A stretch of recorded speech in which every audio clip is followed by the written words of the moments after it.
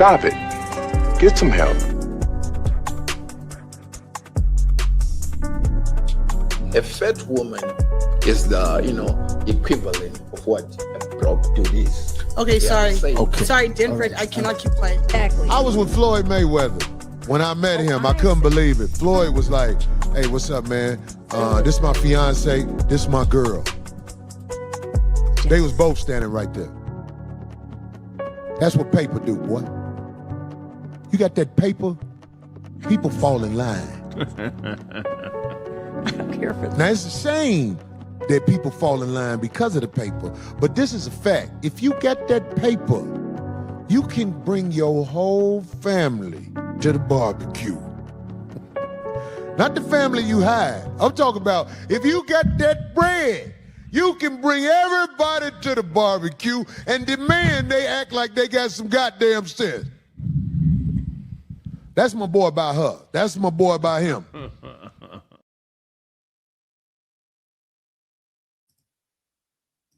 Hear ye, hear ye. I want to show a couple things from this debate that I neglected to show the public. Before the diss, or not, before, before the reveal and after reveal, right? So I just wanted to shut down this premise that, she attacked him out of nowhere. I actually wanted to give this woman or this transformer, if he or she is a transformer, their props, because I really got to shut this thing down with the whole Andrew Wilson was attacked.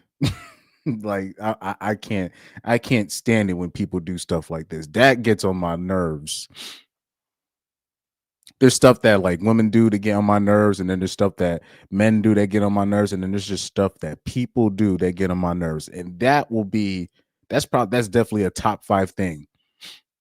He just attacked me. She just attacked me. No, what happened? What happened before that? What something led up to that?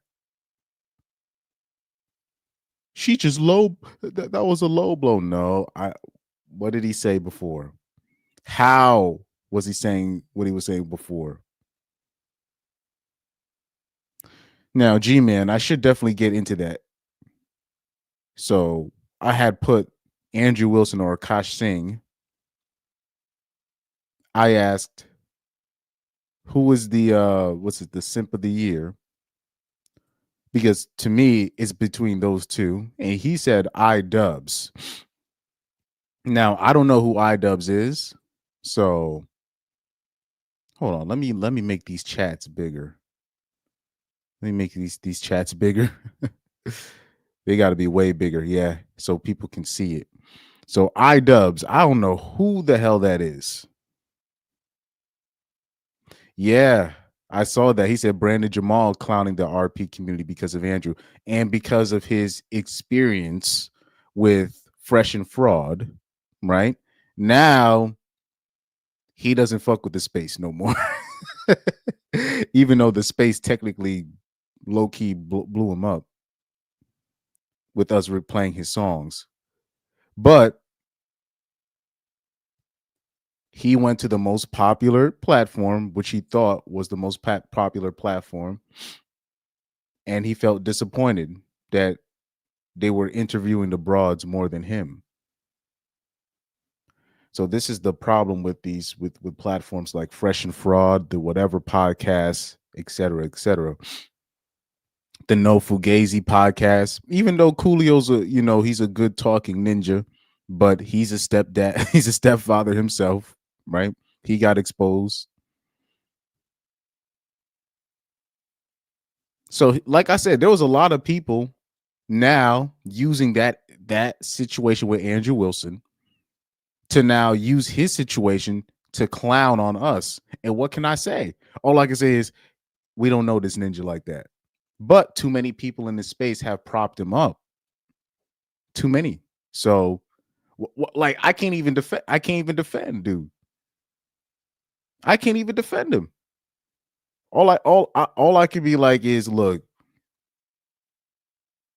I don't fuck with this dude like that. I've been clowning him, but then they're gonna be like, but what about this guy? What about? So I can't do nothing about this. Oh yeah. So Pyro said, and one of the RP dudes said that Brandon should watch the full 6 hours and said he's not watching that. I heard. Do you know how many people I saw online say that? But this is what I was trying to tell these Andrew Wilson fanboys, because what's interesting is they're loud on here on the internet, but in the real world, you're not going to hear them stick up for Andrew Wilson. So I was trying to tell these little nerds, no disrespect. I was trying to tell them, look, you might get an analysis from me, even though you think I'm the bad guy. But I told him, I said, I promise you, the average person, they're not watching no 6 hour debate. I try to tell them when they was invading this chat.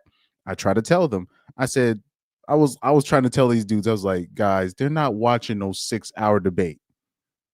I brought up the example with Myron Gaines, how he needs to move better and stop trying to sleep with the women that he lets on his show, because when something bad happens, they're going to say, oh, you did this to her. They're not going to watch your 3 hour, 4 hour, 5 hour receipt video. They're not going, the normies are not going to do that. So please be careful. And I remember CGA saying something similar, and the Fresh and Fit Simps raided his chat and said he don't know what he's talking about. But now when people know Myron, they're going to be like, oh, didn't he get accused of this 4 or 5 times? They're not going to say he was innocent 2 or 3 times.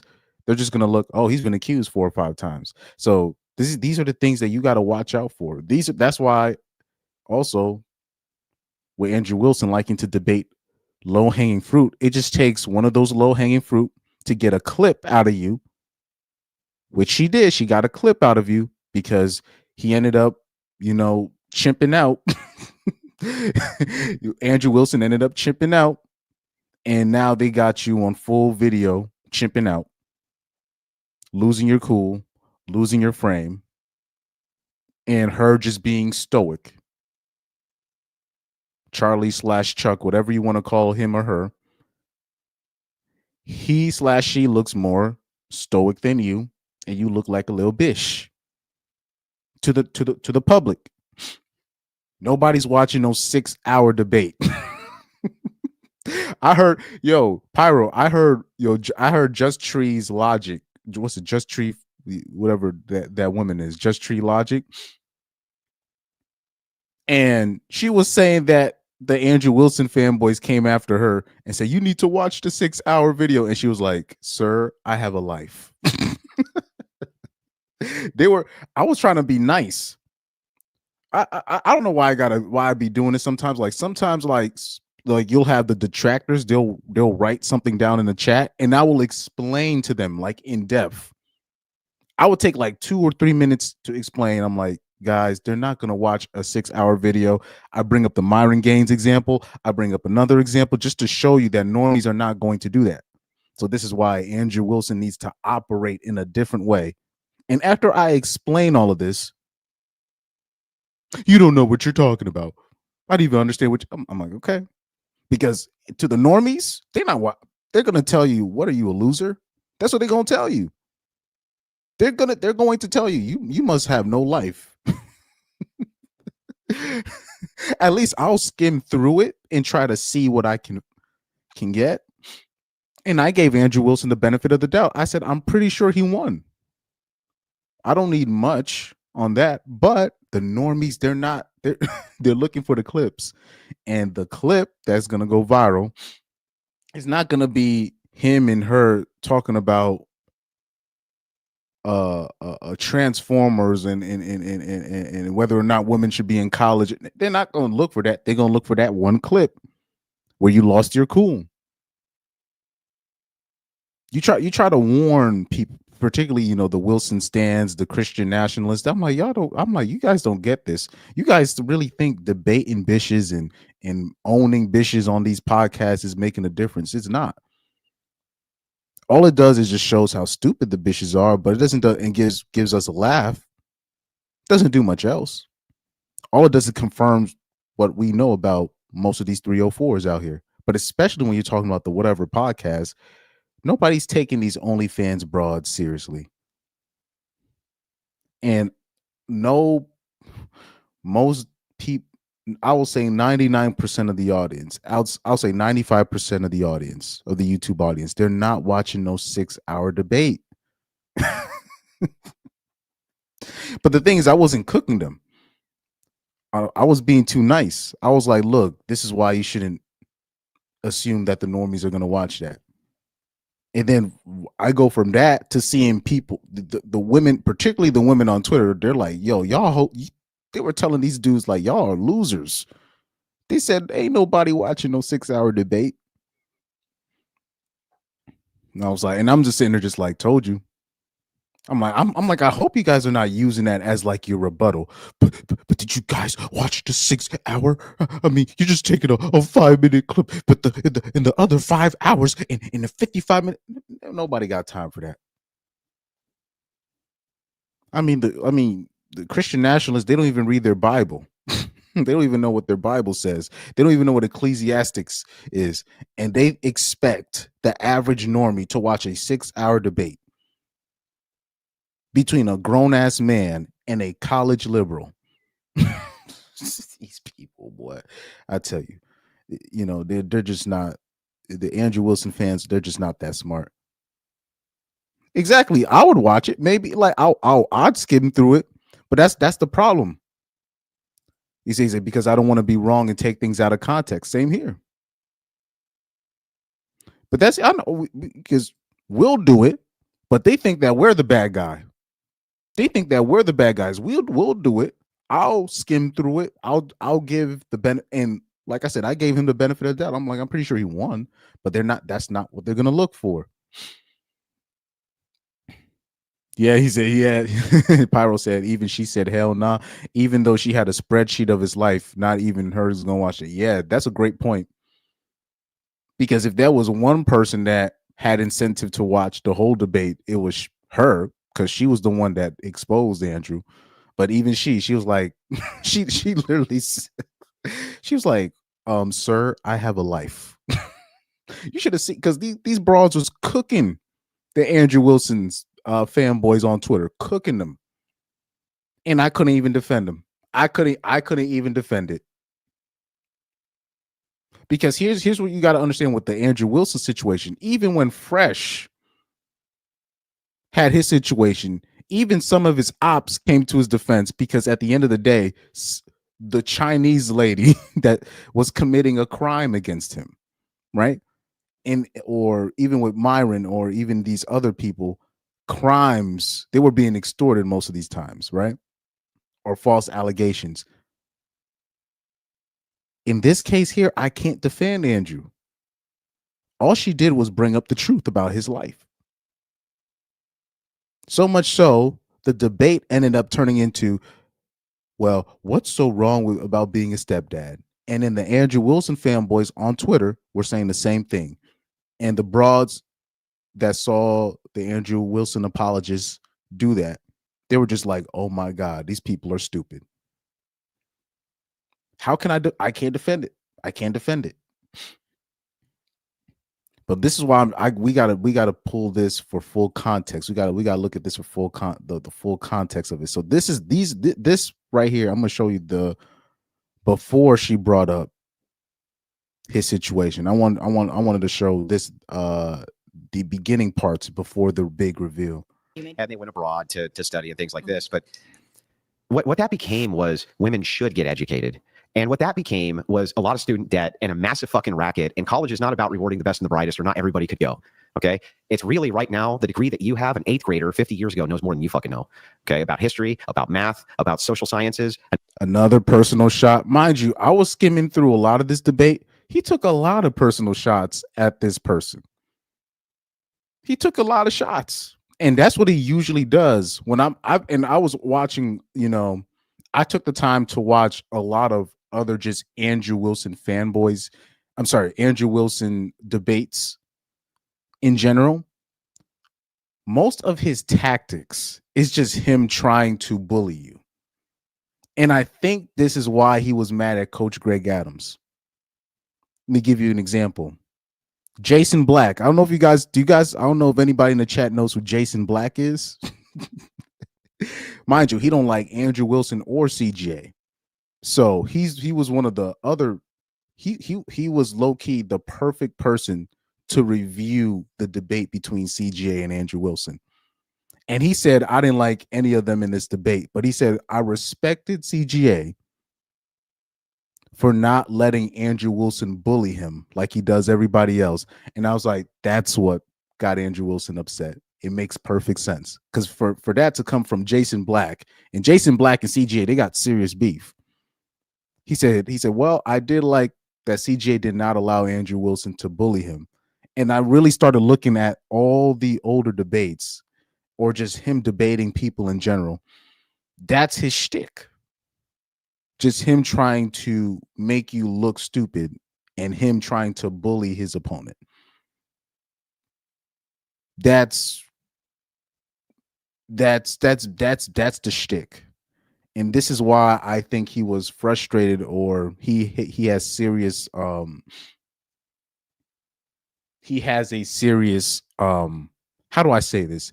He had a very serious problem with, CJ, he felt like CJ was cutting him off. He didn't let him do this. He didn't let him do that. No, he didn't. CJ didn't let you hold the debate hostage, even though Andrew Wilson technically did hold the debate hostage. He didn't allow Andrew Wilson to control or narrate or write the narrative of the debate. He didn't allow Andrew to call him stupid.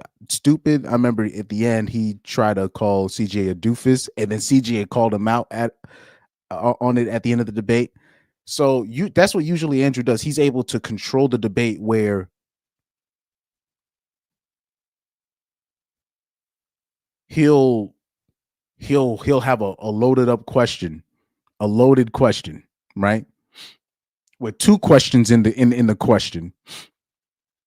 And one of them, if you answer it, you're already losing. Right? So that's basically Andrew Wilson's shtick. Because the more I'm seeing, I'm like, oh, he's just a bully.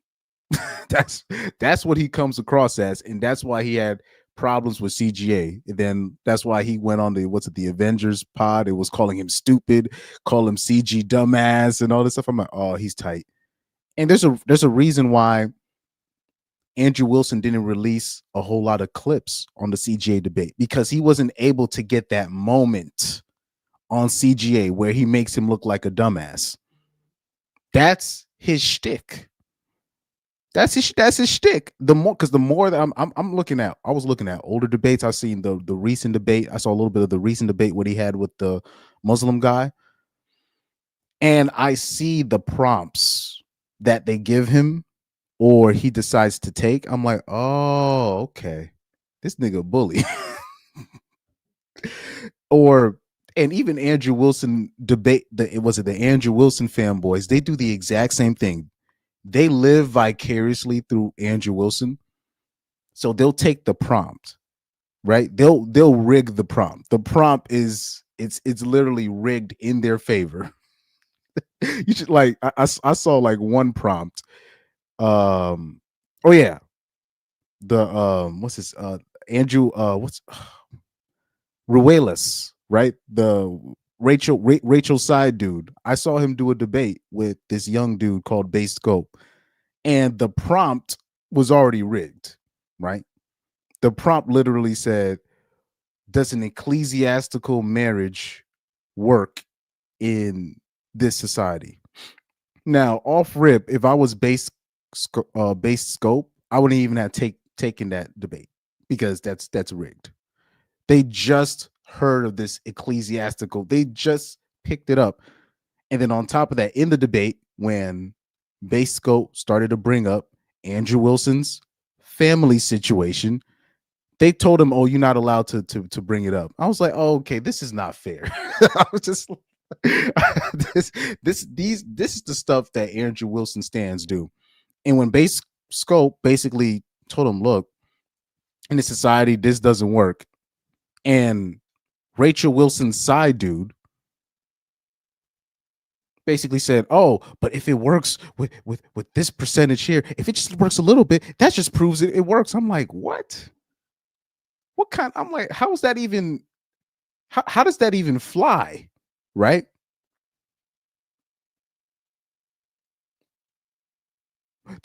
Oh yeah, they own, this ecclesiastical community, they only have a 9% divorce rate. I'm like, but how many people are recorded with it?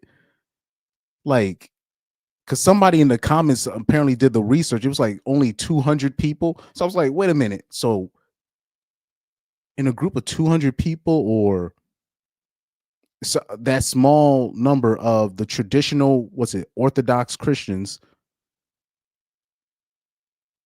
with only 200 people, but you have a 9% divorce rate.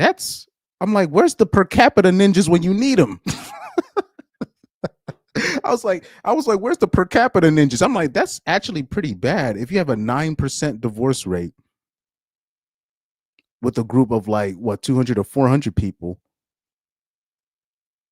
but 9% has gotten a divorce. I was looking. I'm like, y'all be picking and choosing that when to use that per capita ish, because I don't think that's a decent rate for such a small group of people.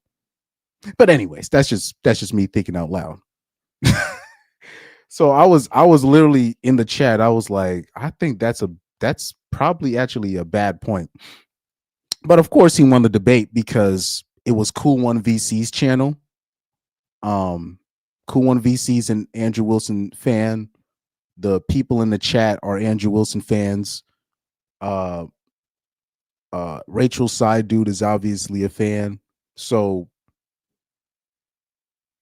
of course he was gonna win that. And he was bragging on the victory too, and was sending parting shots. And then at the end of the debate, Base Scope was like, well, this was a good debate. He wasn't sour. He just said, good, thank you for having me on the platform. But then when it came to Rachel's side dude's parting words, he was throwing mad shots, being disrespectful. Oh yeah, but actually you did pretty good. I was like, this whole ass nigga right here, boy.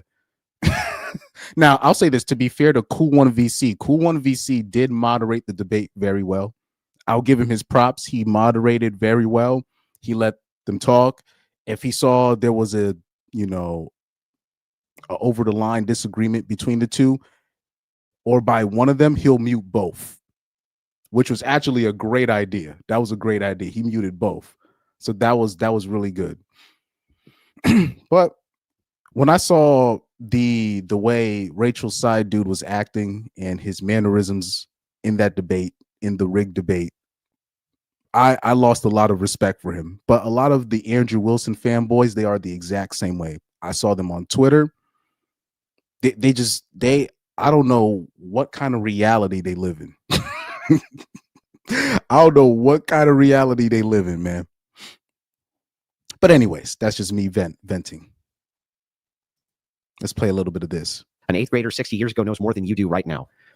See, another shot. And it's really like, what you think? Yeah. Not only do I think it, I think that if I gave you a test that an 8th grader would have 60 years ago, you would fail it with your college degree. And the reason for that is because you didn't get any fucking education at school. You got a lot of student debt at school. Yeah, that's what you ended up with, because it's become a giant racket. And if it was really about the best and the brightest, then not everybody could go. And maybe everyone shouldn't go, because it's really for most of it, the stuff that you learn in high school, right? Now, why is it that every high school educated person I come across seemingly is just as intelligent as every college person I come across? That's an interesting perspective. I haven't had a similar experience in my lifetime. Yeah, well, you have a bias preference, and I don't. Like, you're biased towards elites, right? Elitism. I do, I grew up in an educated household, but I was also primarily raised by a very conservative father who was also. So watch this. She's gonna bring up her dad. Or sorry, just her family upbringing. But watch the shots. A doctor. So was my grandfather. And was your conservative father a dummy? No. Then why was he conservative? Because it benefits him personally. Oh, so he was just immoral. for pursuing his own ends, I don't know if I would say that. You're not sure if your own father was immoral or not? You're not quite sure? No, I mean, That's slick. That's a slick, passive aggressive shot. But the Andrew Wilson fans, they're just gonna ignore that. And mind you, so people were wondering why did she bring up his situation? And literally right before, this is just a minute before. This is just a minute before she brought up his wife. Just a minute before. And he's trying to take passive aggressive shots at her conservative father. Right? Now, a smart person should already know that she has a conservative father. I've told you guys, most of the liberals, the staunchiest, outright liberals, they had a conservative upbringing. They had a conservative father. So you should already have that in the back of your mind off rip. But Andrew Wilson couldn't help himself but to try to throw shots.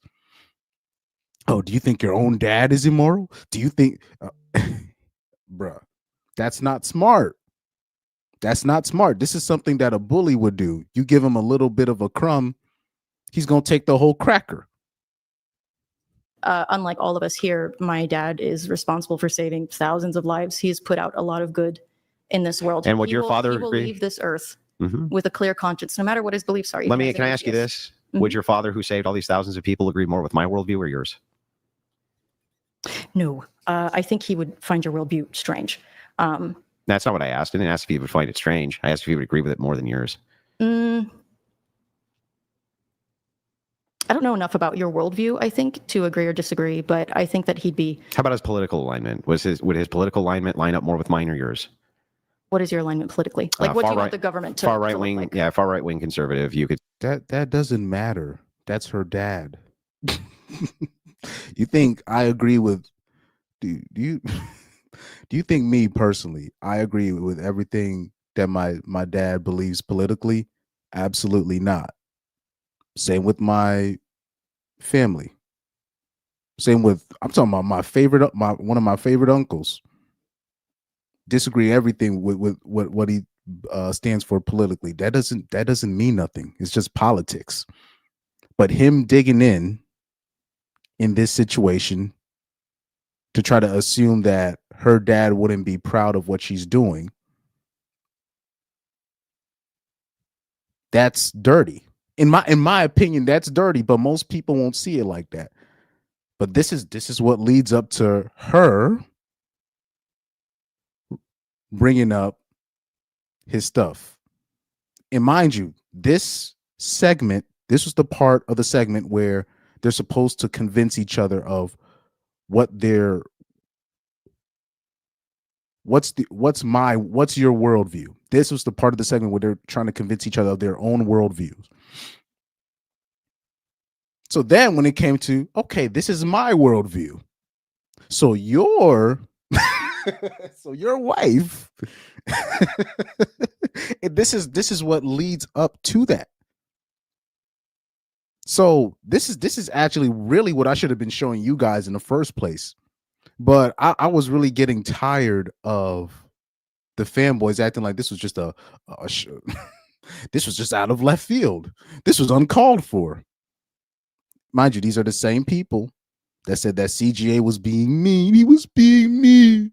He didn't let him get a viral clip of him. That's really why he mad at CGA. CJ didn't allow him to get no viral clip off of him of trying to make CJ look stupid. And he was black. So that's what they wanted, that moment where Andrew Wilson makes a black man look stupid. A potential liberal black man looks stupid. That's what they wanted. CJ didn't give him that.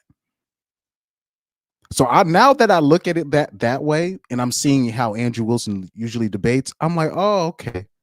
It doesn't even matter about whether CGA won the debate or not, because obviously he did win the debate, but that doesn't even matter.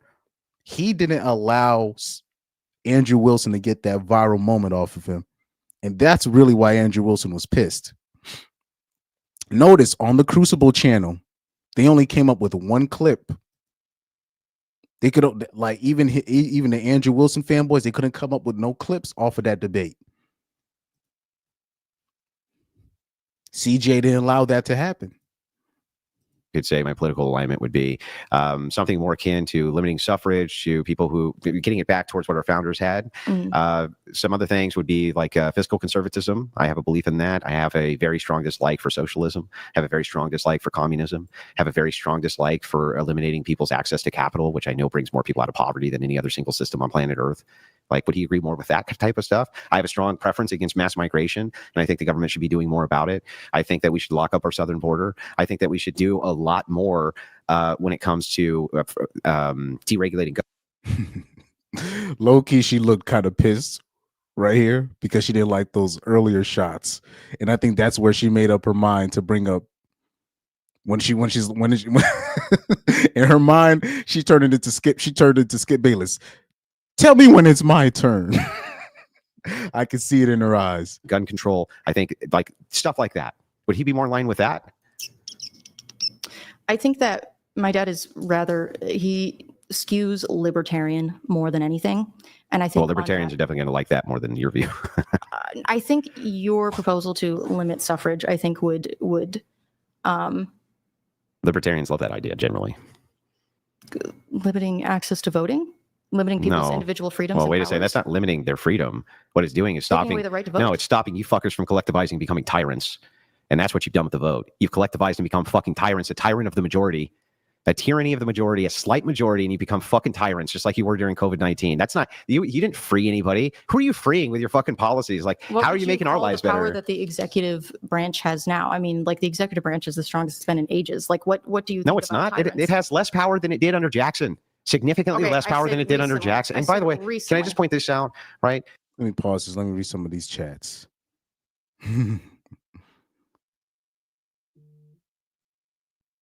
But yeah, basically that's really what it was. That's really what he was tight about. It's not even about how the debate went in terms of the result of it. I was wrong about in terms of it's not even about the result. It's about he didn't CJ didn't allow him to get no clips off of him. Like he's able to get clips off of everybody else that he debates. So that's really what it was. It's not even about the result. So I was wrong about because I was pointing out, the facts and all these things. It doesn't. You see how like when I was mentioning the facts, CJ talking about his point of view, him talking about the family court, how many times I brought up the family court, the Andrew Wilson fanboys, they don't care about that. They just want to see Andrew Wilson make somebody look stupid. You see how like when I was bringing up these things, it's like it went out of one ear when at one ear and out the other. It was probably like one Andrew Wilson supporter that was arguing with me, right, about the facts. You see how about this here? Watch this. You see how they were asking me, okay, what's your definition of monogamy? I gave my definition of monogamy and they weren't trying to hear it. And it actually skews towards their point of view, their worldview. My definition actually helps them. They're not trying to hear that. Andrew Wilson fanboys, they're not trying to hear facts or really anything that messes with their point of view. They're there to see Andrew Wilson make somebody look stupid. They like to see Andrew Wilson bully low-hanging fruit. That's why they're fans of his. You see how we'll probably watch a whatever podcast clip here and there, or a Fresh and Fit, or a No Fugazi podcast clip here and there, and we'll just laugh and then we'll move on. Right? I remember I made one Andrew Wilson clip, one with the whatever podcast, just to highlight, the stupidity of single moms and how they put their kids in danger, right? But then you just move on with life. But those guys, they're fans of Andrew Wilson because they believe him to be a debate god, and they want to see him bully his opponents. Okay. It's almost like talking to like the average, bandwagon, like you have somebody that's a fan of a bandwagon team that looks good at first, but they don't really know the ins and outs. They just know that that's the most popular. That's the one team that's bullying everybody else. But they're actually a flawed team, and they don't end up getting exposed until the playoffs. You can't tell that fan nothing about the bandwagon team that they just follow until the playoffs happen, and then they get exposed in like the quarterfinals or the semifinals. That's kind of akin to what I'm saying. Because I was wondering, I'm like, these people are not listening to facts. I'm like, did they watch the debate? And then once I listened to Jason Black, when he specifically says CJ didn't allow him to bully him, that's the one thing I respected. And I was like, I get it. This makes sense now. This makes sense. Because I'm like, these people are not reason. I'm like, these are not reasonable people. I was like, damn. Right? Said not everyone agrees with each other. Why doesn't Andrew know that? Pyro says, Chris, I'm a 208-pound American. Food makes you fat without noticing.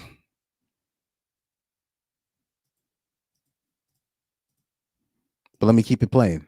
When you're talking about Donald Trump, he has the same exact powers that the president Joe Biden had before him. The same ones. He doesn't have a single additional power. Not a single one. What about the bullshit that the Supreme Court ruled that he cannot be held responsible for specific illegal acts that he committed? Yeah. Well, look, this was early understanding of case law with the president, is that you're not going to be able to allow states to prosecute the president of the United States, or else a state who was just upset. No, it's not. It's the opposite. A state that's upset at the president could bring him in for bullshit, trumped up charges, and he's the federal executive. That would create a constitutional crisis. Literally overnight. It would fucking dyke. Don't talk shit about my wife, you stupid bitch. Fucking dyke. Don't talk fucking dyke. Can I just point this out? Right? When you're talking about Donald Trump, he has the same exact powers that the president Joe Biden had before him. The same ones. He doesn't have a single additional power.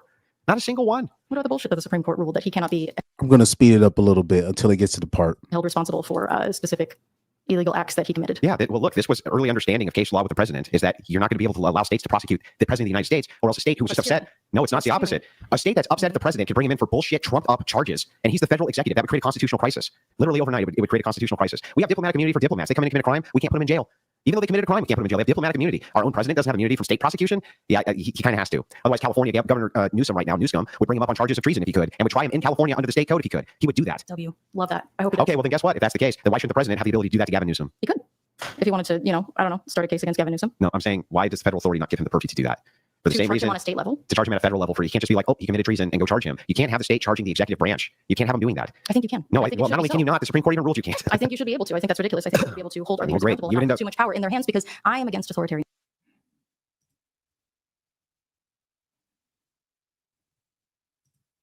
Okay, so let's say California does that. They say, hey, we're going to go ahead and bring up Donald Trump and he needs to appear in court. How does California enforce that? In this day and age, I don't know. That gets tricky. I wouldn't trust Donald Trump too. Are they going to send California agents to arrest the president of the United States, do you think? We could send the National Guard and start a civil war. Our National Guard, the California National Guard, but that would be treason. So I'll try to rephrase this. I'm going to reframe, and I'm just going to be totally honest with you. Right. So right here, this is where she low-key triggered him by playing stupid. In my opinion, I think that right there, that's her trolling. Because she saw he was getting agitated with her lack of knowledge on the lack of knowledge on how, a president of the United States, whether or not they could be arrested or not. Okay, so this is interesting. That right there, I think, me personally, that was a troll job right there, as a passive aggressive shot back at Andrew Wilson. But here we have Andrew Wilson about to destroy himself in 3, 2, 1. I will never be able to convince you of my worldview. You won't. I know. But the reason is not because I'm not a great orator, or I don't make good points, or I haven't said things which should be compelling to a person. But Charlie, I just think, honestly, you're too fucking stupid to understand them. So Andrew, can I sell you on my worldview? Yes. So like I said, that is a shot. That's him insulting her. I don't care what your Andrew Wilson fanboys say. That's an insult. That is a shot back. I don't know how, if I called you fucking stupid, you would feel a certain type of way. If I was debating Rachel Wilson's side dude and I called him, I just think you're too fucking stupid to understand this, he'd be offended. And same exact here. If he said that to me, I would be offended. That is a personal shot. I'm just shocked myself that I had to argue with these dudes about that one part. But anyways, Your wife has 3 baby daddies and has been married twice before. And you you lick sniz. Under your religion. so I'm gonna fast forward through the his meltdown, right? You lick sniz. What does that You're a mean? fucking dyke. Don't talk shit about my wife, you stupid bitch. Shut your fucking mouth. Shut your stupid bitch mouth. Your wife with the 3 baby What did I daddies. just say? Your Dyke? wife with the 3 Sorry, baby dog. Sorry, daddies. dyke. Is she morally inconsequential in comparison to your ditch licking? Do the men that you try to Do the women that you try show to? your hatred Do against, the women that you try to? that they shouldn't, You know, like, Charlie, did I pursue bring? women? Do they know Charlie, that did I bring your wife is 5 family? years older? So I remember he has, did I bring your family into it? Bro, you were just talking about her dad passive aggressively. But anyways, Did I bring any of your You called family me into fucking anything? stupid. Did I You say called anything me about fucking your stupid. family being stupid, Charlie? You could. It's You could because go I'm for better it. than you, Charlie. No, it's because you're embarrassed. And you know that the traditional values that you try to sell people on purple shit because you are not a traditional man. Chuck, let's go through it. so right here, this is the part that I wanted to fast forward through, and this is the part where he just loses, where Andrew Wilson doesn't know it, but he lost the average man. Right here, this is where he loses the average man. Right here. You are not a traditional Let's man. go through it, Chuck. Tell me what I'm doing, which is immoral. What you're doing, which is immoral. Yeah. I think that This is where he lost everybody. I'll say most average men, because now you're gonna have to defend the quote unquote morality of whether or not being a stepdad, is there anything wrong with being a stepdad? Now, most of the young dudes, they're gonna look at your situation and they're gonna be like, no, I don't want this. But this is the guy trying to sell you ecclesiastical marriage, a traditional Orthodox church, or if a divorce happens, they'll help fund your lawyers with the divorce. I was like, are you kidding me? I'm like, is he allowed to lie like this? Guys, I hope you guys are listening. The traditional church is not going to help you fund your divorce with your wife. That's not gonna happen. You're gonna be by yourself, respectfully. you have been complicit in convincing young men Mhm. that No. My family dynamic. What am I doing? Being married to my wife. It's immoral. Then why? So then. Under my So all you did. that's perfectly So wait, acceptable. Chuck. All you're doing is saying. So Chuck, shouldn't you actually be saying that, Andrew? You're doing a good thing. I'm Hang on, telling you Charlie. I on just want to my make sure I got this worldview. right. Huh? Am I doing a good thing? Andrew Wilson, you're playing yourself. She didn't say that you were doing a bad thing. People are going to rewind the clip. They're just going to see the part where she just describes your situation. Your wife, in total, as we speak, has 3 baby daddies, 5 kids with 3 baby daddies, and you started spurging out. She didn't say anything was wrong with it. She just was telling the public what you got. She didn't say anything was wrong with it. So this is where you're playing yourself. Am I doing a By good thing? what? Do you think your wife is a charity By case? taking care of children who weren't mine? Was I doing a good thing? Whose fathers abandoned them? Was I doing a good thing? Yeah, you're doing a good thing. Oh, okay. Well then, Chuck. So right there, you just played yourself. Because this is what men are trying to avoid. They're avoiding they don't want this. They don't want this. The irony is she wants somebody like you in the future. She's going to want you. Because what women are taught, party it up, do what you want in your 20s, and in your 30s, there's going to be somebody, a whole ass nigga like Andrew Wilson, that's willing to clean up your mess. That's what they're being taught. So now here you are trying to defend the morality of being a stepfather to a liberal bitch. Mind you, she didn't say anything was wrong with it. She just brought it up and you got triggered. And then the Wilson fanboys can't fathom why most of these dudes are like, nah. Especially now. Now dudes are starting to become brave enough. Remember, I told you, I said in the beginning, they were gonna go off of Andrew Wilson's popularity and take Andrew Wilson's side over CGA. But now there's a lot of revisionist history going on. Now you're seeing a lot of YouTube videos that are like, oh no, I'm not with Andrew Wilson. Andrew Wilson didn't win that debate. Now the dudes are becoming brave enough to be like, oh no, Andrew Wilson lost that debate. And lost this debate as well. Now you're seeing people brave enough to say that.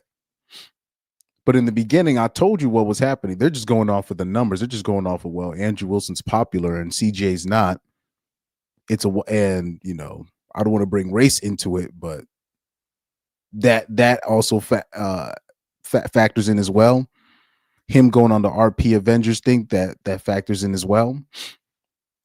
So they just went off the numbers until they actually watched the debate. And then now with his public details coming out, they're now going to look at all of Andrew Wilson's debates, not just this one and CGA's debate. They're going to look at all of Andrew Wilson's debates and be like, so this was everybody's king?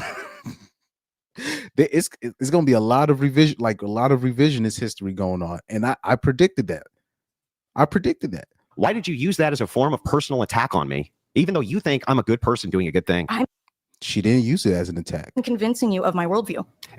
You're very convincing, Chuck. Under my worldview, I'm a good person. So watch this. She didn't even let her finish her worldview. You can marry your wife and no one would judge you, and you can raise the children that aren't yours and no one would judge you.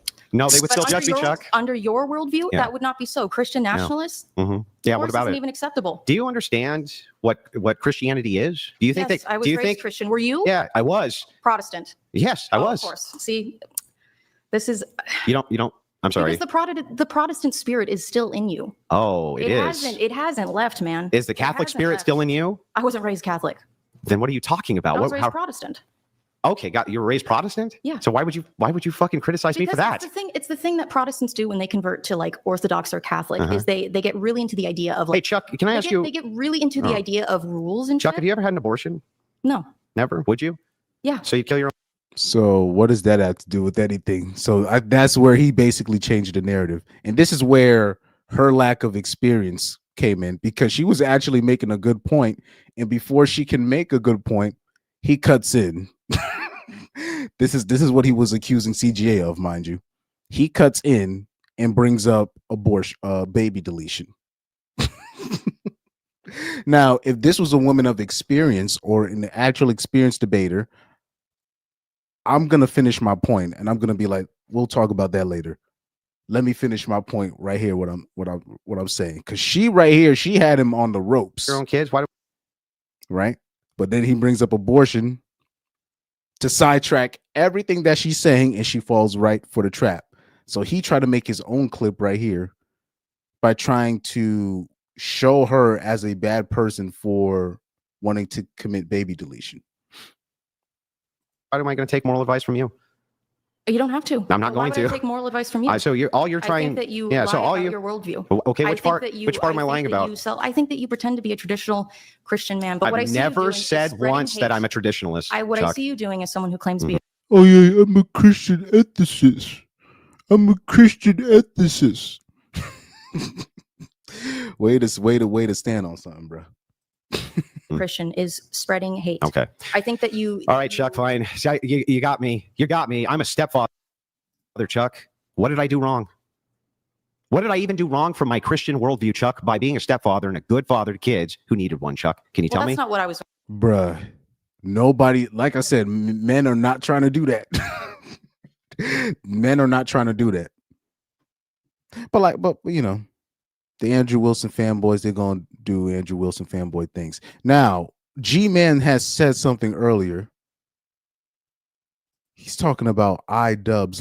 Let's go over iDubbbz, because we do need to talk about who is the simp of the year. So before we even get into Akaash, let's search up who this iDubbbz character is.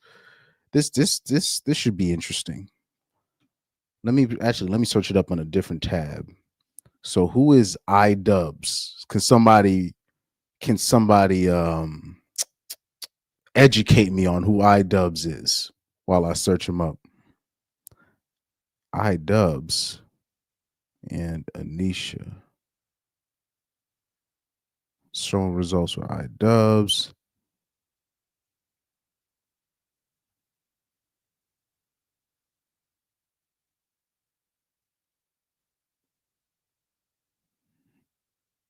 I think I've seen this feller. I think I've seen this feller. To the most evil couple. They're saying the most evil couple. Yeah, I don't know who these people are. iDubbbz. But anyway. OG Desire in the chat. He said, "What's up, Chris?"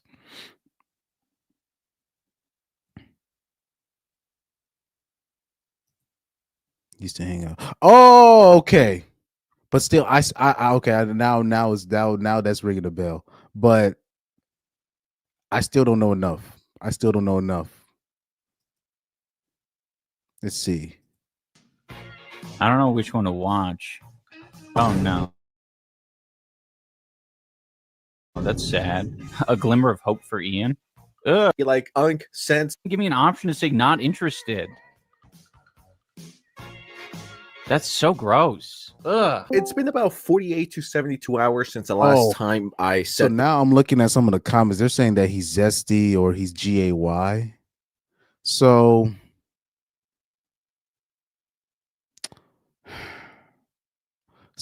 I can't call him a simp if he's a GAY.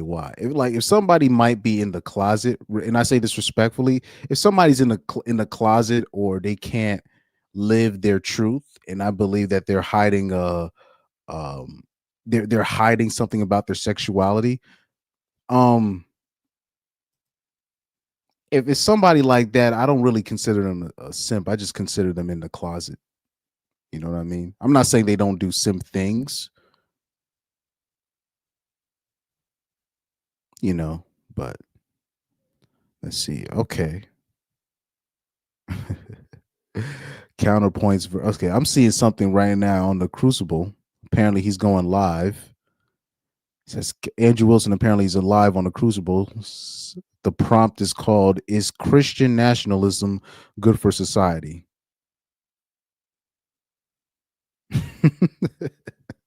that reminds me of the why do people take these rigged ass debates? I would not even take that as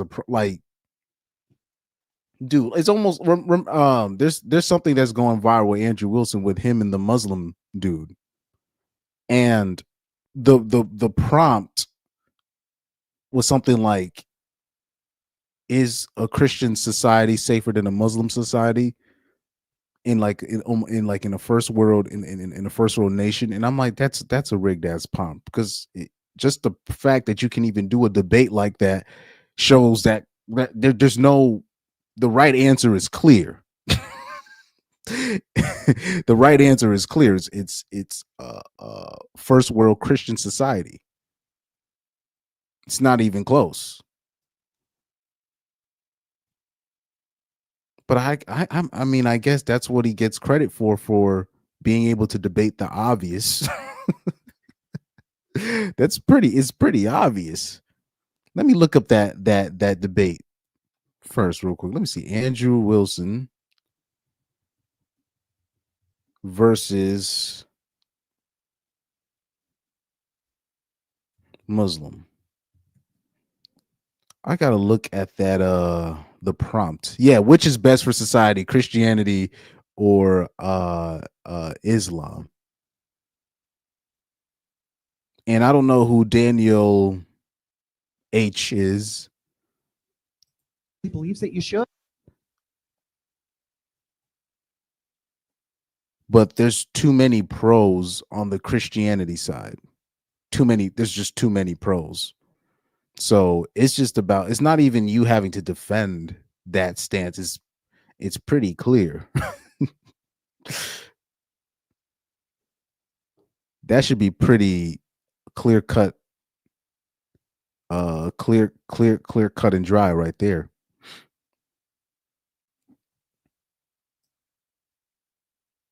Let me see. What's the number one religion in the world? Number one religion in the world. It should still be Christianity. What is the number one religion in the world? I gotta search this up in the world currently. Yeah, Christianity. So it's still Christianity, still the number one religion in the world.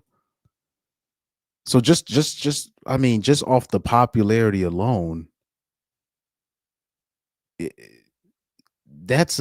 I'm not saying it's an easy debate to win, but it's pretty clear cut. It's pretty clear cuts. Let me see. Andrew Wilson versus atheists. And I don't want to see Destiny. That nigga don't count. Let's see. Said Matt Dillahunty versus Andrew Wilson ends abruptly. I think I've seen this one actually. I think I've seen this one.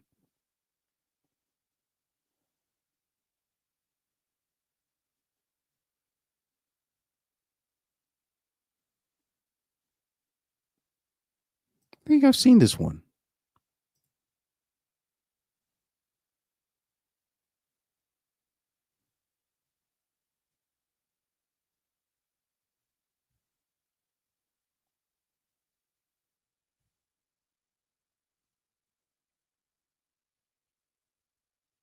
Ah, yeah, this is the one. I think, I don't know, Andrew Wilson had brought up this dude's husband or something. That was the most base part of the entire. I remember this, but I don't even think I knew who Andrew Wilson was at the time. But I remember this one like went viral on Twitter or something. Yeah, this went viral. Andrew Wilson had brought up his husband, and then he left. The debate was like, what, 12 minutes long?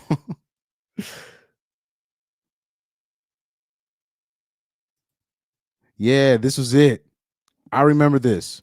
Deranged lunatics who will self-terminate if you dare to question them. How am I wrong, Matt? Someone who misrepresents a quote from a debate where I said I wouldn't make a law about 9-year-olds having sex being legal with respect to the 9-year-olds, not that I was in any way in favor of it and that I was actually opposed to it, which I addressed during that debate. But moreover, this is not remotely an honest interaction on the front of whether or not secular humanism is valuable. Because this, when he presented his position here, has nothing to do with secular humanism. From the get-go, it's all about me. Matt thinks. I'm giving what Matt thinks. Matt's position. I came in with the Secular Humanist Manifesto. I came in with positions that aren't just that aren't merely my position. Oh, well, as long as multiple people hold the position. This guy's not serious, and I'm leaving, James. If you want a refund, well, good day, sir.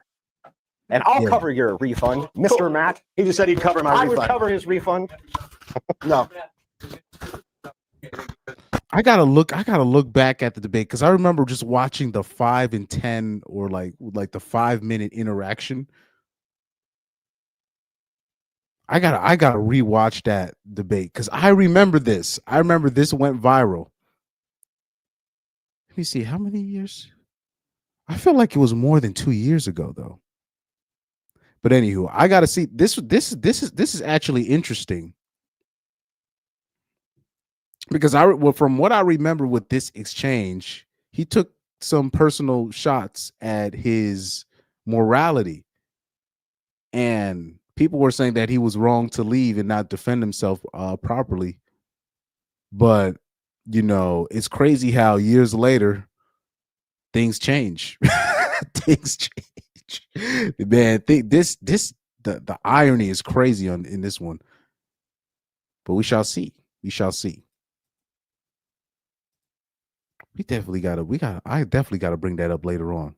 So Pyro says, Chris, what would you call a person who only watch rainbow content but don't want anyone to find out they also watch straight content too, but they don't want to participate in it in real life and don't want to be around? They just, what the fuck?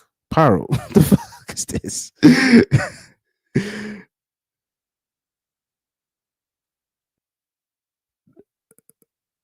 Wait, hold on.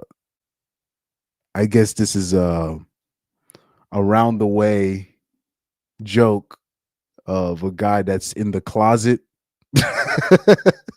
A round the way joke of those celebrities that be in the closet, I guess. So let me reread Pyro's comment. He said, Chris, what would you call a person who only watch rainbow content but don't want anyone to find out they also watch straight content too, but they don't want to participate in real life and don't want to be around? Then just get off to them. What do you call them? Anybody that watches rainbow content on the regular, I don't care what comes after that, that makes them rainbow. But obviously Pyro was trolling here. Obviously he was trolling. But that's basically the logic of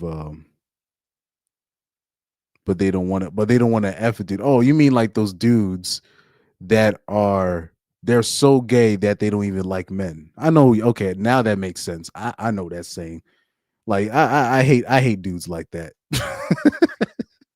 These the dudes that are so, I'm talking about, they're so gay that they don't even like men. I'll be like, so what? Yeah, there's a lot of fugazi guys like that. And then Pyro also, brother. I'm gonna need I'm gonna need you to put like punctuation. Holy, that was a lot.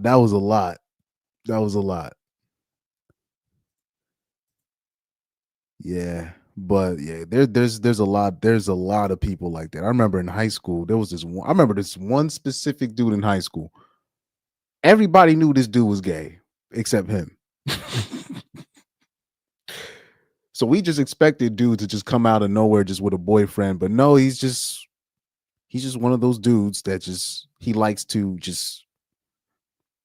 just likes to be or act gay, but he doesn't have a boyfriend. I'm talking about he's not checking for no dudes, and you're just like, the fuck. So what are you like? What are you doing? Like guys like that, they're just like, yeah, same. He said, I know dudes like that. They have my head scratching. Yeah, I know a lot of dudes like that.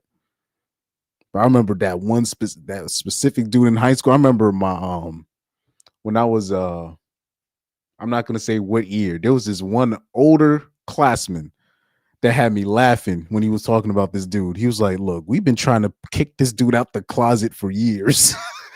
he just needs a. But really, the reality is, he just needs a gentle shove out of the closet. Oh man, I'll say this. Yeah, let me tell you this, man. Those white dudes I went to high school with, they was cold blooded, man. The stuff that they would say, they used to be cold blooded. And let me not get into that. They used to say some things. I'd be like, wow. Especially when they was hitting on chicks. Yeah, let me not even get into that, because some of these dudes, they got a whole family now. I know these people. They got a whole family now. They got a whole practice, private practice, law firms, business. But when the stuff that they were saying in high school was wild work. I'm not talking about regular wild work when they're just joking. They just saying things where you're just like, wow. There's no way they would be able to survive this cancel culture. Absolutely no way with the stuff that they said in high school. That's why a lot of those dudes, I see them now, they're like extra nice to me now, because I think they realize, man, I was just saying whatever I want.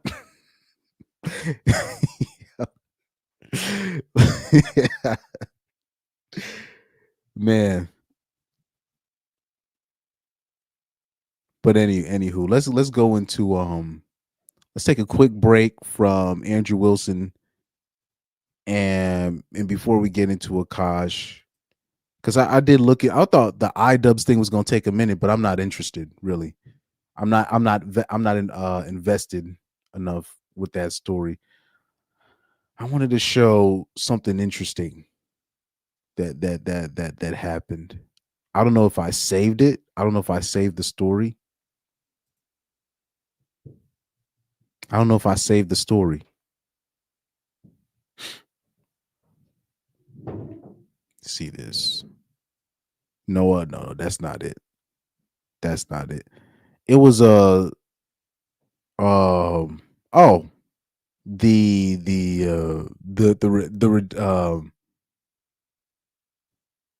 it was actually two stories, but let me show you this one, the rejection video. That was funny to me. Let's see if I can bring it up because I saved it on Twitter.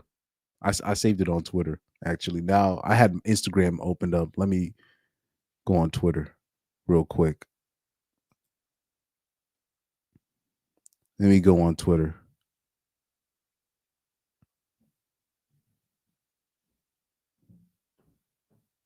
Uh-oh. People are looking now. I'm looking at Twitter right now, and what's trending, I'm seeing now people are looking at old whatever podcast clips to see if they can find anything, sketchy on there. You see? Here we go.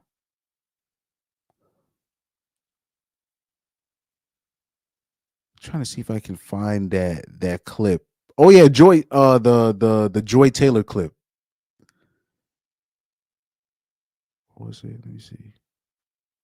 Joy Taylor, Melissa Ford. No, where's the clip with? Oh yeah, Playboy. That's his name, Playboy Max. I thought that was a funny video to me. That was a funny video. So this is very interesting, man. This is one of the funniest things I saw because I saw it on Spiritual World, and I went straight to Twitter. So this was a former America Next Top model, a woman from she's in her 40s right now, and Playboy Max is in his 20s, right? Early 20s. So he found her in the middle of, I don't know, they were in New York or LA or something, and he wanted to do a promo video to support his Grammy nomination or something like that, and she asked for a kiss, and he politely declined, and she ended up saying, "Yo, I'm finna." And then after the aftermath of it, because she was embarrassed about the situation, she was saying that she might sue him for using the footage. It was hilarious. This is you can't make this stuff up.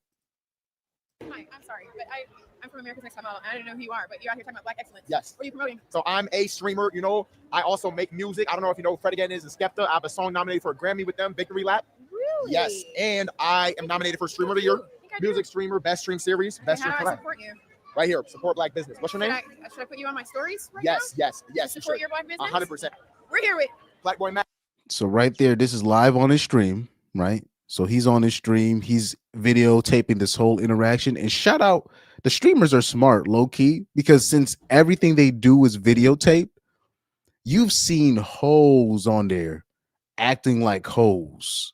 You've seen hoes try to put false accusations on these dudes on camera, or say something happened, and then the streamers would literally have the whole interaction on camera, and they'll be like, "No, this didn't happen. I literally streamed this part." So this is one of the positives of the streamer community, is that they videotape everything. So the hoes can't say, "Oh, this happened. They didn't do this." Or if one of the hoes say, "Oh, but he slept with me unwillingly." No, they're gonna show you being a hoe for the previous 30 minutes or hour prior.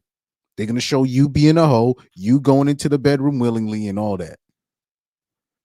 So they can't pull that nonsense on the streamers, really, because especially the ones that are videotaping their whole lives. So this is one of the positives of the street, on being a streamer. Black Boy Max, y'all know what time it is. All platforms. all platforms. You Make gotta sure y'all support vote. it. Oh, upside down. Make sure y'all vote. Vote. Exercise the right MLK fought for. Vote. Period. All platforms. Grammys and Streamer of the Year. Let's do it. Come on. Okay, are you gonna give me a little smooch? I can't do that. I can't do that. I can't do that. I can't. I'm sorry. I can't. You know what? Look at her reaction. But look at her reaction. Look at her reaction. Are you gonna give me a little smooch? And he's like, I can't do that. I can't do that. Hey, ma'am, no means no. No means no. No means no. But we already know hoes, they can't take rejection. A lot of the things that women talk about, you know, men can't handle rejection. It's all projection. It's all projection. He's a narcissist. He's abusive. He don't like women. No, you don't like men. You're the narcissist. In fact, you're the abuser. In fact, you can't take no for an answer. Facts. Facts.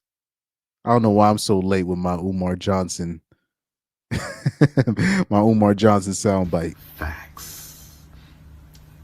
Facts. Facts. By the way, I don't think nobody knows where I got that Umar Johnson soundbite from. I'm talking about the people that's gonna steal my idea for the Umar Johnson soundbite. They're desperately looking.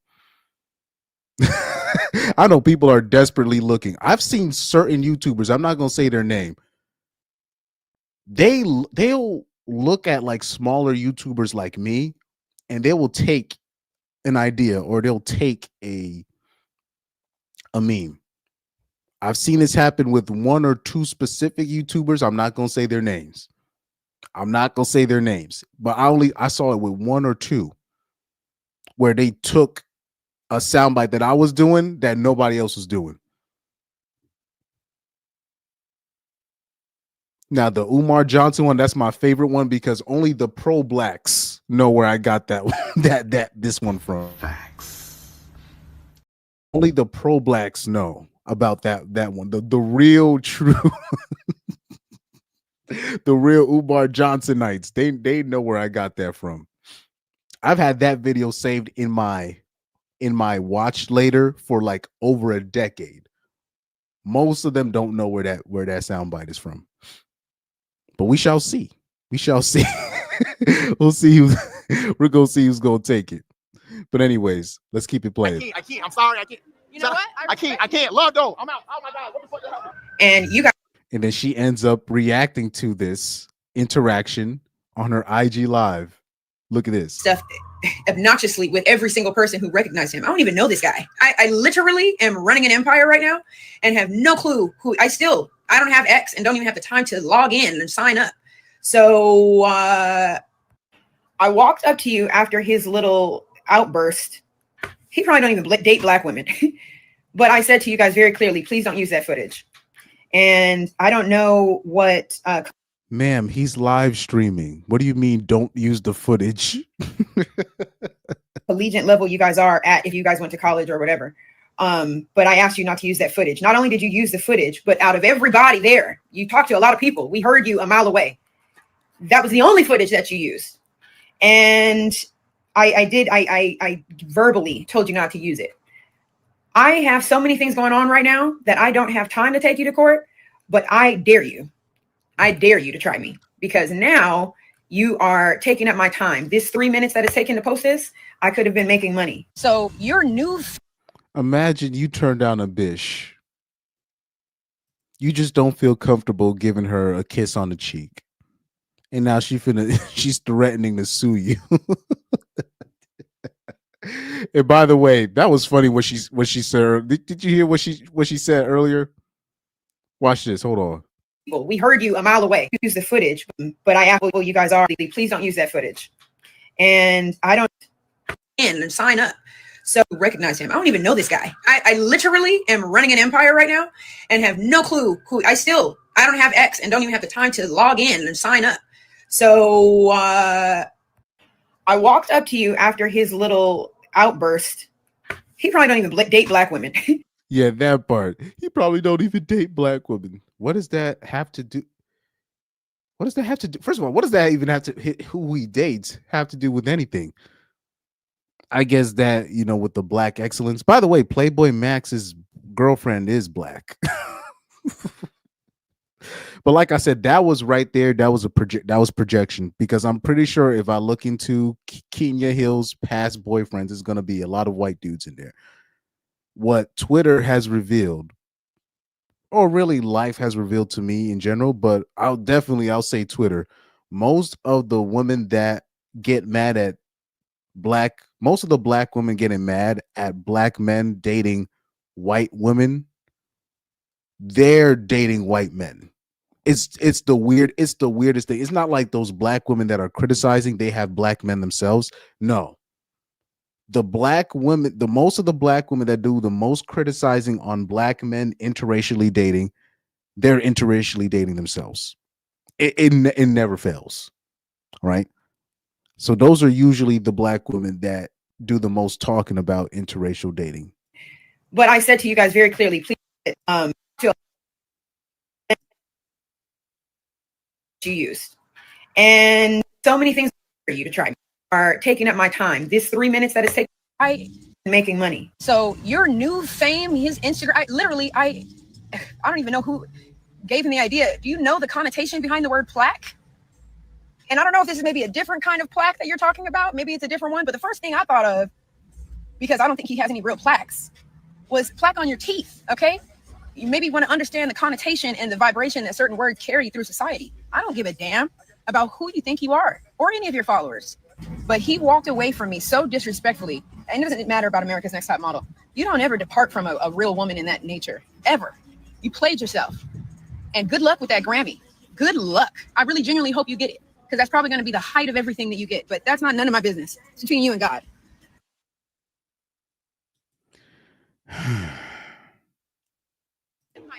Men can't take rejection. They don't know what no means.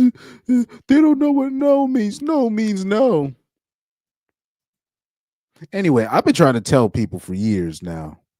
From my vantage point, I'm not saying I don't see men not being aggressive, but I've been seeing, especially I'll say these past 10 years, I've been seeing more women get. I see women be the more aggressive. Dude, like I was just at, I can't even tell you where I was just at, but I was out of place. Recently, I was out of place on the weekend, right? All I can say is I was in New York City, right? I was in a spot, I was out of place, and homegirl had a little bit, she didn't have too much to drink. She's just a lightweight. She got a little bit of wine in her. She's around 25, 26. And anytime I was talking to her, she was right on me. Right on me. She was choosing heavy in front of her peoples. Right? And what do I do? Because I'm trying to keep things civil, but she was choosing. I'm not even gonna say where, because I'm pretty. I hope it's because there's some people that follow me. There's some people that do music with me. They know about my personal life. There's some people that watch this channel. They do know about my personal life, but I'm just saying from my vantage point, I've been seeing women being the aggressors and the dudes just kind of just stepping back. Now, of course, you'll see the dudes that are doing that are being the most aggressive. These are the PUAs. Like I saw that, like I remember, I think last year or 2 years ago, where there was this guy where I was performing, and he was just going up to girl to girl to girl to girl everywhere. I'm like, this nigga need to relax. It's this white dude. He was just being annoying. But that's like one of the rare instances. But from my vantage point, I've been seeing, I think it's an equal amount of just women and men, but specifically women. They be aggressive because when they want what they want, they'll be right up on you. I'm talking about right up on you. And you thinking, oh, she just tripped. She just needs somebody to lean on, or she's just close to you because she comfortable. I'm like, nah.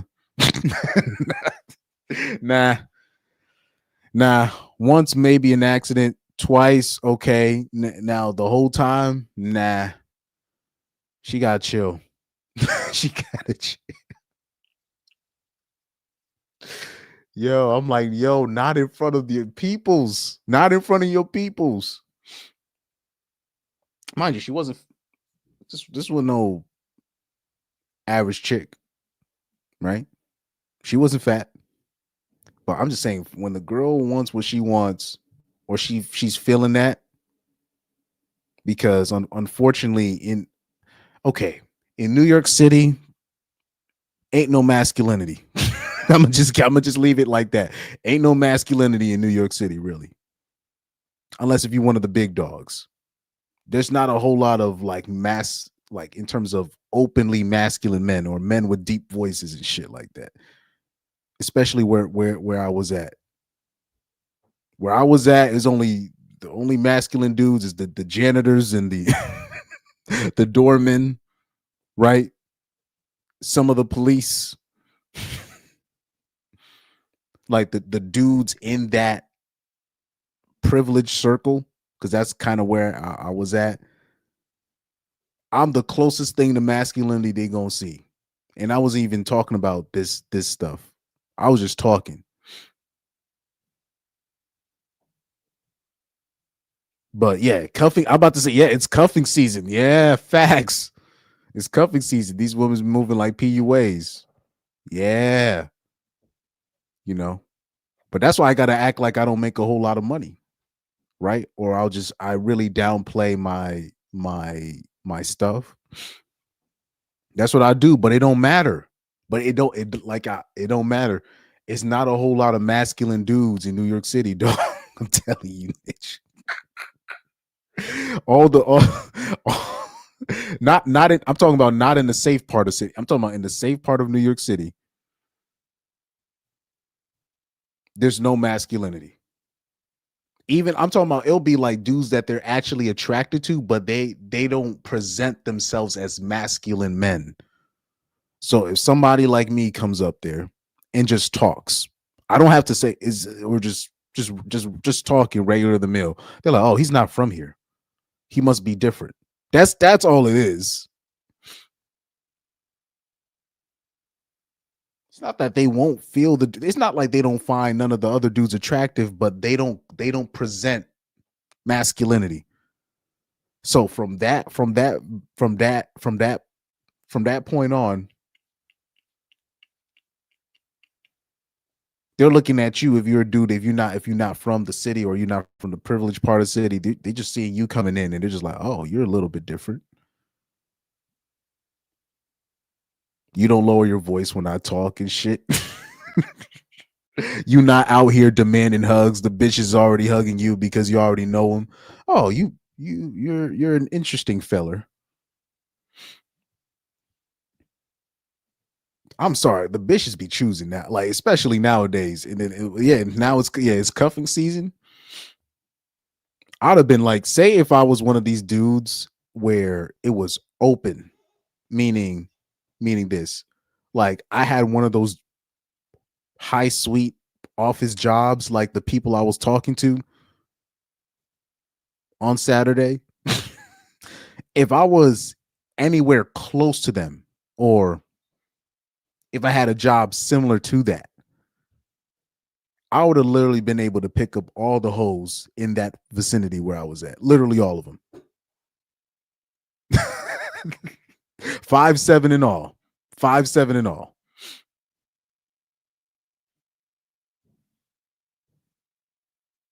They just don't know what I really do for work. So some of them couldn't go all the way in, but these hoes was captivated. And I was like, the fuck is they captivated for? Bitches laughing at everything I say and all. I'm like, what's going on? And I was like, oh, and then I started hearing the other dudes, the few other dudes that was there, and I looked at everyone. I'm like, oh, I get it. It's just not, the masculinity is not there. It's not about being an out. They like to say that, oh, we're alpha male bro podcast and all this. Nah, it's just most people are not used to seeing anybody first of all speaking up for yourself, people believing in themselves.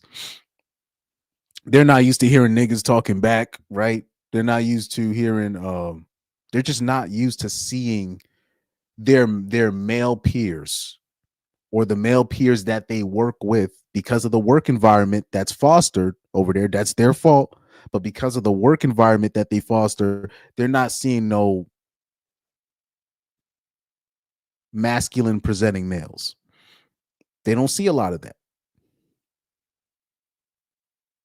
right? Go into a corporate setting or one of these corporate parties. That's what happened. That's what. Just go to one of these events or one of these things, man. They're gonna be so like, just if you the average man and you a regular working man, you work with the general public, and just present a little bit of masculinity. The bar is that low nowadays. He said, "Yeah, so Pyro says, oh, so these women get away with a lot because these dudes just let women walk all over them. Is that it? They have, because the dudes have to. They have to. They have no choice, especially in their mind. In the woman's mind, they're like, why is he letting me get away with what I want? But the dudes, they have no choice. They don't want to get fired. So then they'll go to a party, or they'll go to a a housewarming, or one of these, or a coworker's party or something. They go over there, and somebody brings somebody that's outside of the sheltered life that they live. They're gonna look at that dude as not necessarily a bad boy, but somebody different, somebody refreshing. That's how low the bar is. They're just not used to dudes speaking their mind, per se, or having their own experience. And it helps when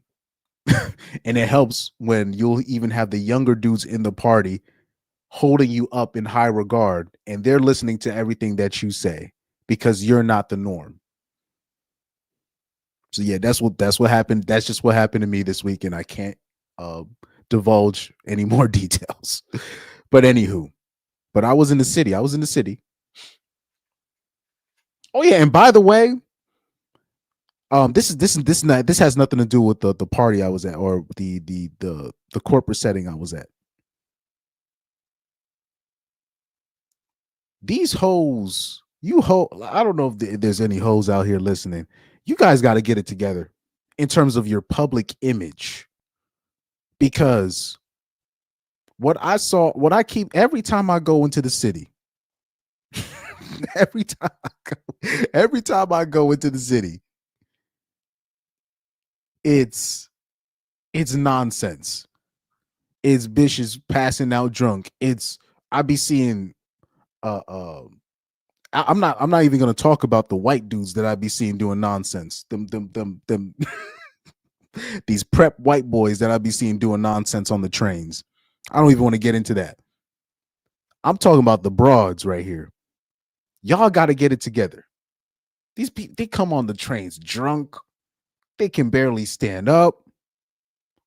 I see them on the streets. They coming out the bars. I'm talking about the security got to kick the bitches out. So if the security got to kick the women out of the club, they out here being bogus. Drunk out of their minds, can't stand straight, cursing, dressing like 30. I'm talking about straight up dressing like hookers. Worse than hookers. There's a city, I'll say this, there's a city in Connecticut where I performed at in the summer, and the performance was over at night, and I was seeing what the hoes was wearing. I was like, this is it's like I was in Rodeo Drive in California, in LA. What's that? What's the county where what's the street where all the prostitutes are?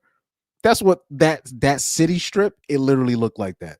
It was like what, 1 a.m. or 12 a.m. It's a city in Connecticut. I was in there.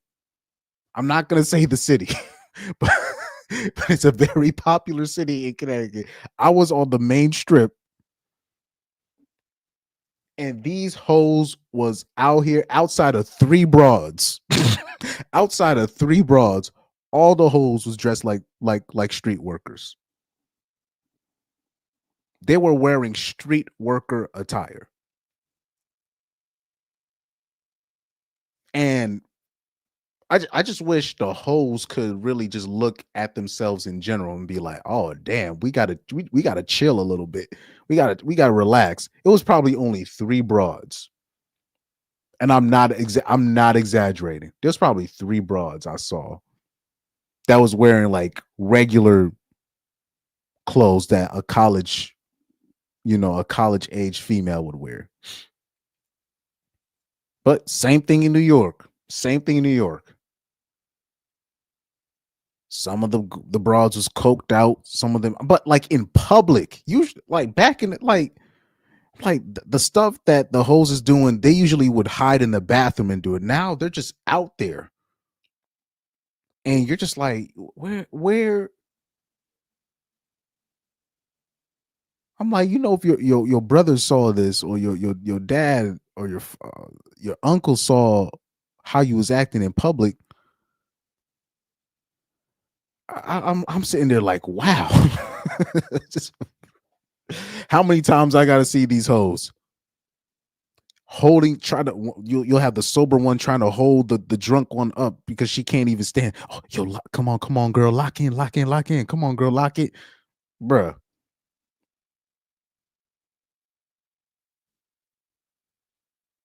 It don't even get me started. I open the train door and I'm walking between the paths, and I see this white dude puking on the platform where everybody gotta leave and get out. And I see him and his friends. Man, we gotta get out. All these dudes, they were going into these clubs underage, drinking, bruh. There's no. Let me tell you like this: there ain't no victims out here, bro. There is no victims out here. Oh, so Pyro said they setting us back 500 years. Oh, no. These was white girls, black girls, Latina girls, all bitches. East Indian bitches, West Indian bitches. Remember that from the Boondocks? They was all acting a GD fool. All acting a GD fool. Oh, Pyro said, he said, why are all my messages getting deleted? I don't there's certain messages that YouTube automatically detects, and they'll say this is a bit of a risky message. Now, under my settings, it says none. So there's no moderation, but there's certain messages that you can't put in the chat. I don't know why they run it like that, but there's certain things that you can't say in the chat. So you gotta bring that up with YouTube. But no, it was all the hoes. All the hoes. Wasn't just black, but I'm telling you, go ask anybody that lives near one of these big cities, or one of your more popular cities in your state, or the nearest biggest city that you live in. Go downtown on a Friday night, a Saturday night, and just watch, and just see it, and just see it, and just observe. Just watch. You just look.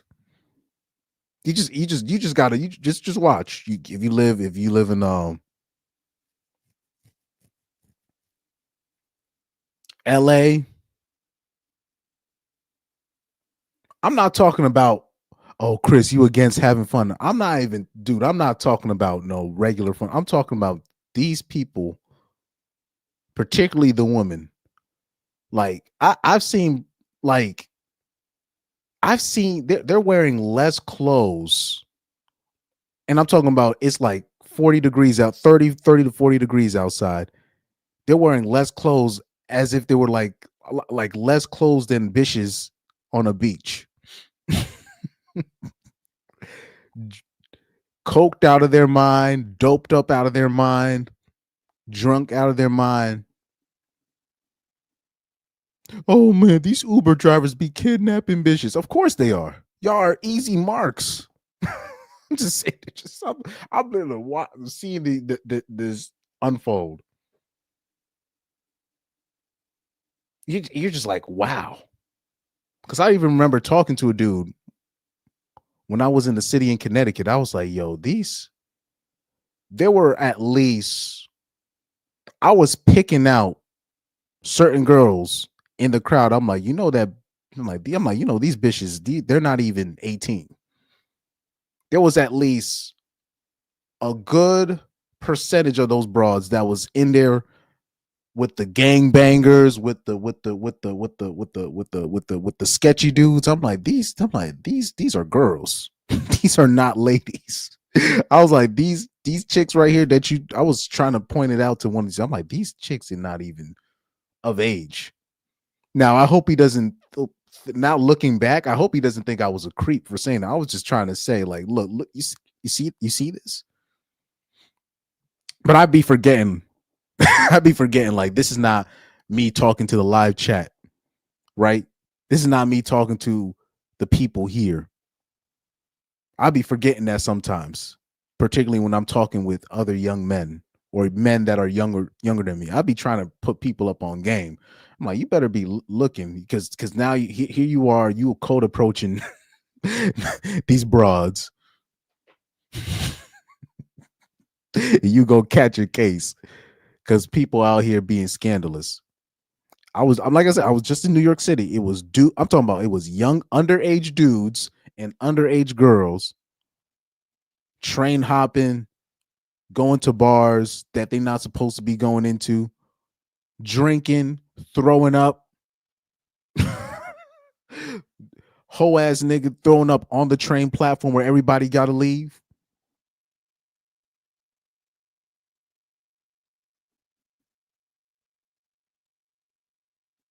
Me trying to point out to one of the Indian dudes, hey yo, this dude just threw up on that platform.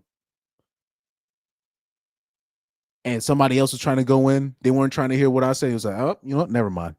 I care too much. I literally told myself, I care too much. We'll let them step in the throw up while they leave the train.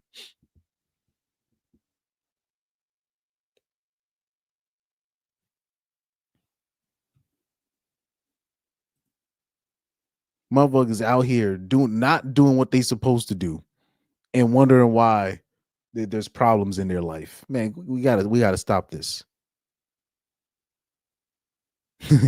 Pyro said all these women are a problem, man. It's a good thing they got no car.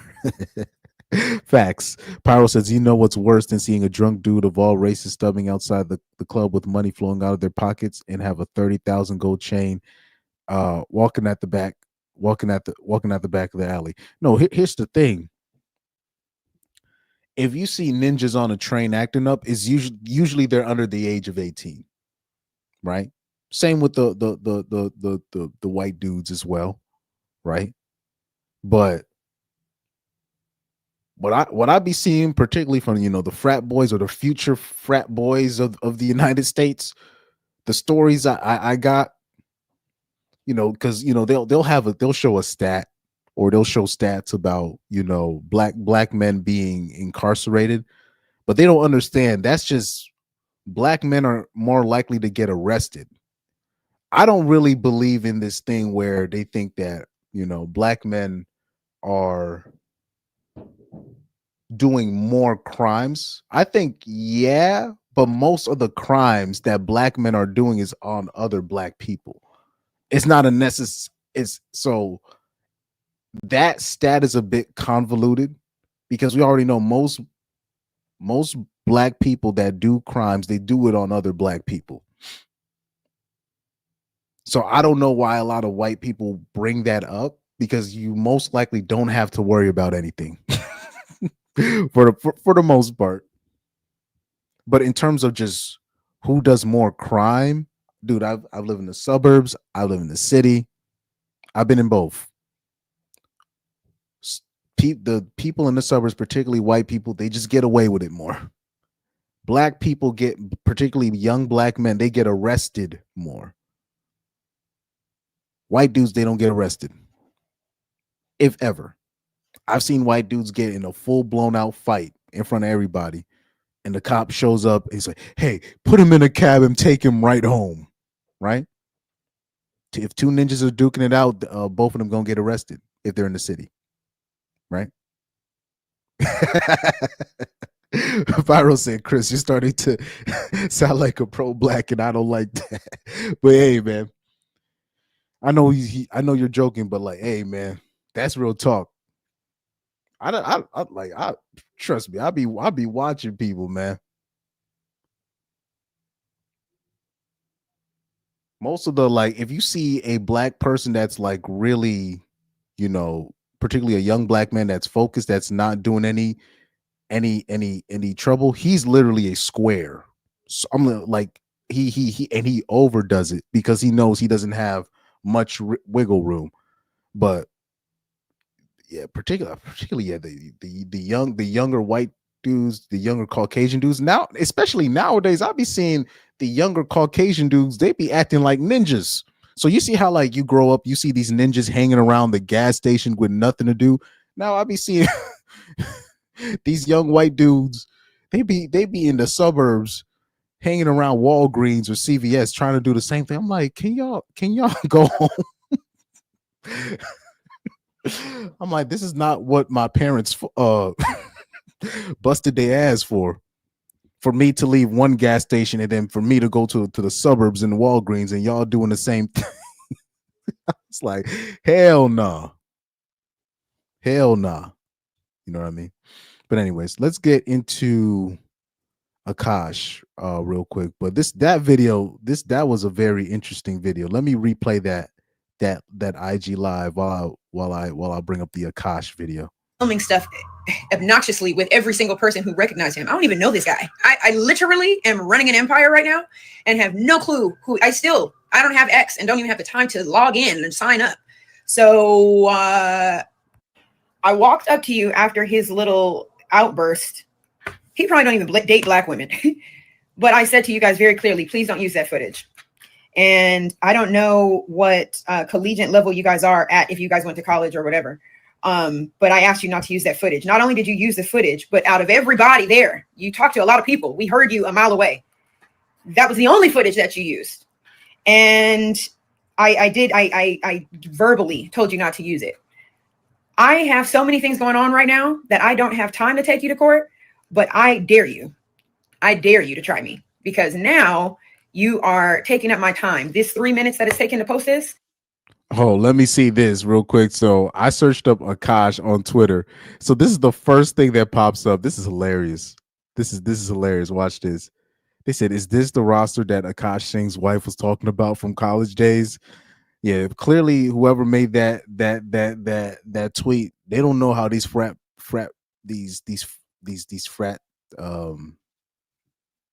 they don't know how these frat things work. Yes, it be dudes like that. They end up becoming, finance bros. They end up becoming CEOs and all this nonsense. They end up, or they're the they're the postmaster at the at USPS, right? They're opening businesses.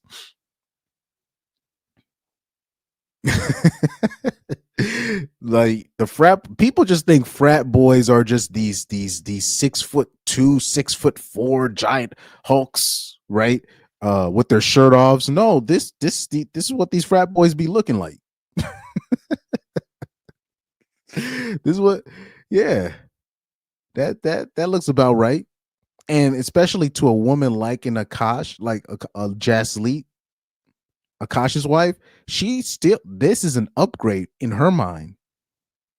Those guys, the Brads, because remember, the frats are full of Brads and Chads, not just Chads. It's Brads and Chads in there, right? So the Brads, if she's cool with a Brad. If she can get a Brad, and a lot of times they're not even looking at a Chad, they're looking at a Brad. They trying to bust it open for the Brads. Oh man. I'm like, they don't. I don't think people understand how college works. Yeah, like that's like if she could have got with one of them or one of these dudes were able to put a ring on this, she would be a different, a way different person, way more respectful. You know what I mean? Uh-oh, here we go. Oh yeah, by the way, just to let you guys know, and Akash and his wife, you know, conveniently are going to vacation in India. So such convenient timing. You know, you're going through all this, you know, she's getting ripped in the States. Everybody's ripping Akash and his wife a new one. Now all of a sudden, we had this trip already planned to India. They finna stay in India until the heat dies down. That's funny. She says, to everyone saying my husband should divorce me. So this is her bragging about her and her simp husband Akash, you know, going on a flight with her as we speak.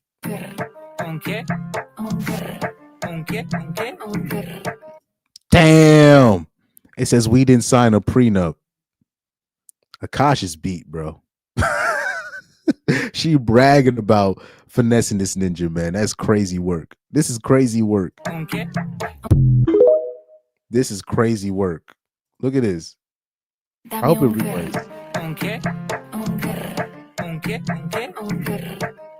She's just bragging about finessing this ninja. Man, this is crazy work, man. This is crazy work. Somebody said, dude is a simp. Akash, yeah, man. That's why they're going to India.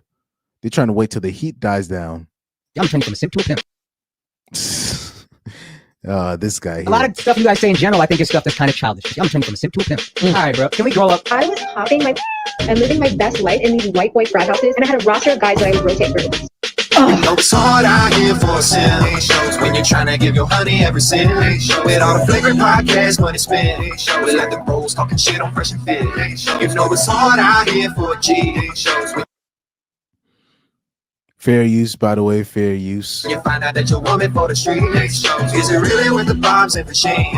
You getting scott blood that please do everything. Headshot, dress eggs when they come with baggage. So I guess they made a song. Damn, they made a song making fun of this ninja. That's crazy.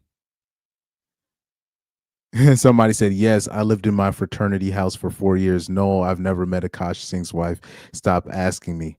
Oh, Lord. But yeah, but she went to she went to Drexel. Woo-wee. Anyway. Oh my goodness. That's wild work. That's wild work. Oh man.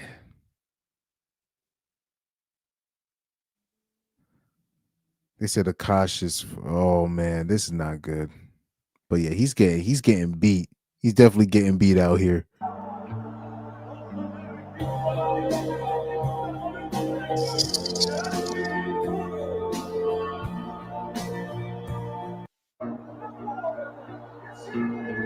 Somebody said, hearing about Akaash seeing his wife, maybe it's best to become a monk and take a vow of chastity. Oh man, yeah. Let me see. Yeah, somebody else reposted this photo of.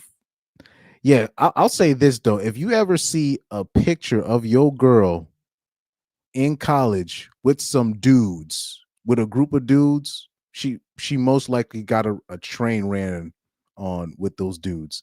I don't care if it's a picture of her and their college pastors from seminary school. I don't care.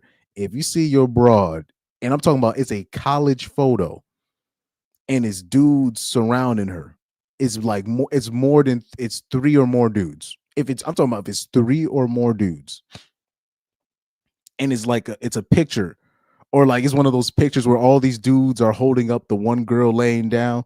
She got a train ran on her by those dudes, most likely. This is the stuff that happens in college, right? Oh, I can't even show that video. Oh yeah, this is the one. This is the one I was trying to show you where this is the video I was trying to show you where you had Nav.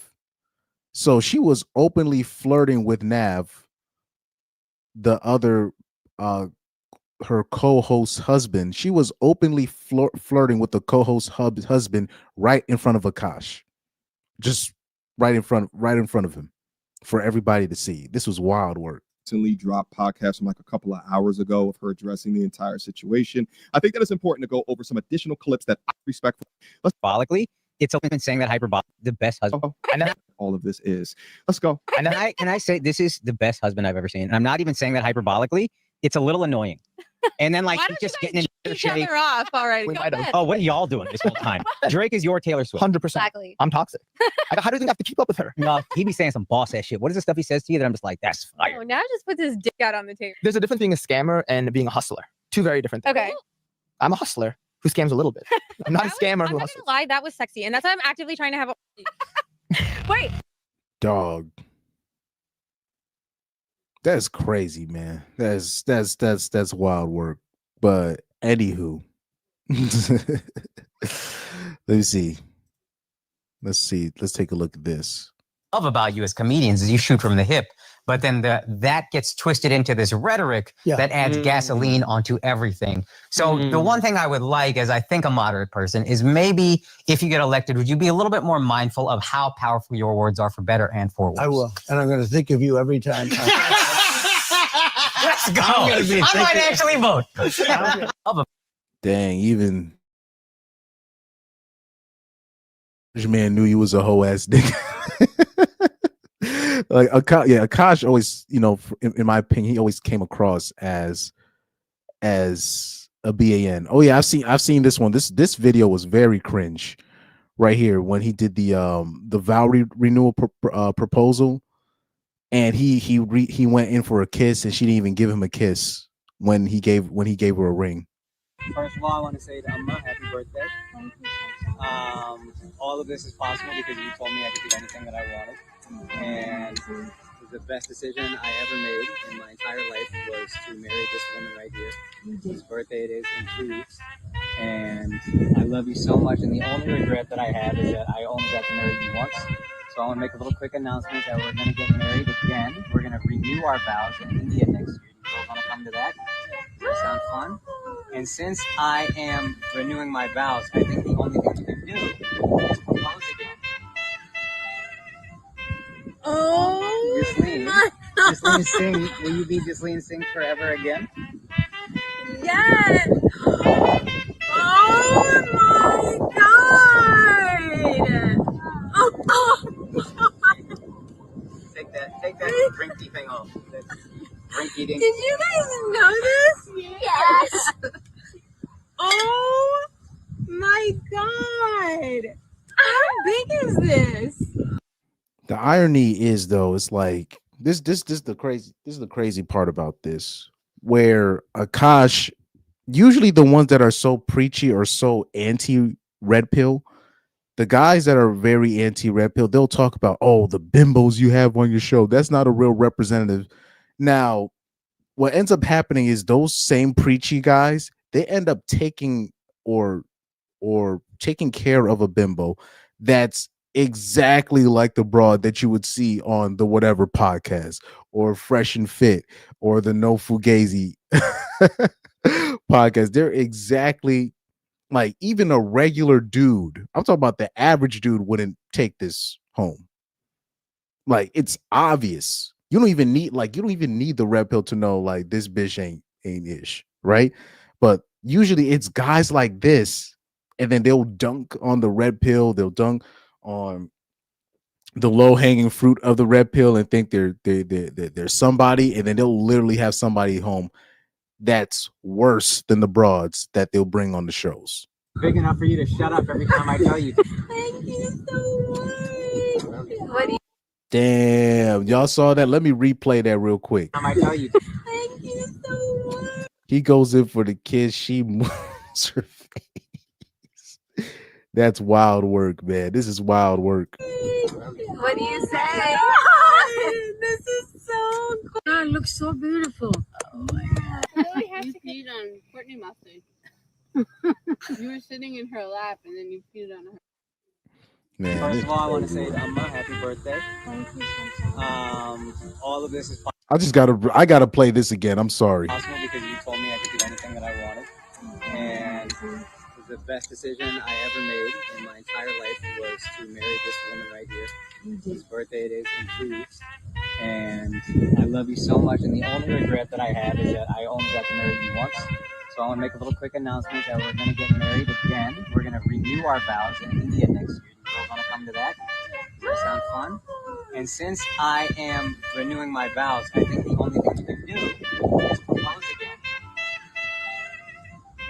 Oh, Ghislaine Singh, will you be Ghislaine Singh forever again? yes! Oh my god! Oh. Take that drinky thing off. That drink eating. Did you guys know this? Yes! Oh my god! How big is this? Big enough for you to shut up every time I tell you. Thank you so much. What do you say? This is so cool. God, it looks so beautiful. Damn, man. I feel bad for Broski.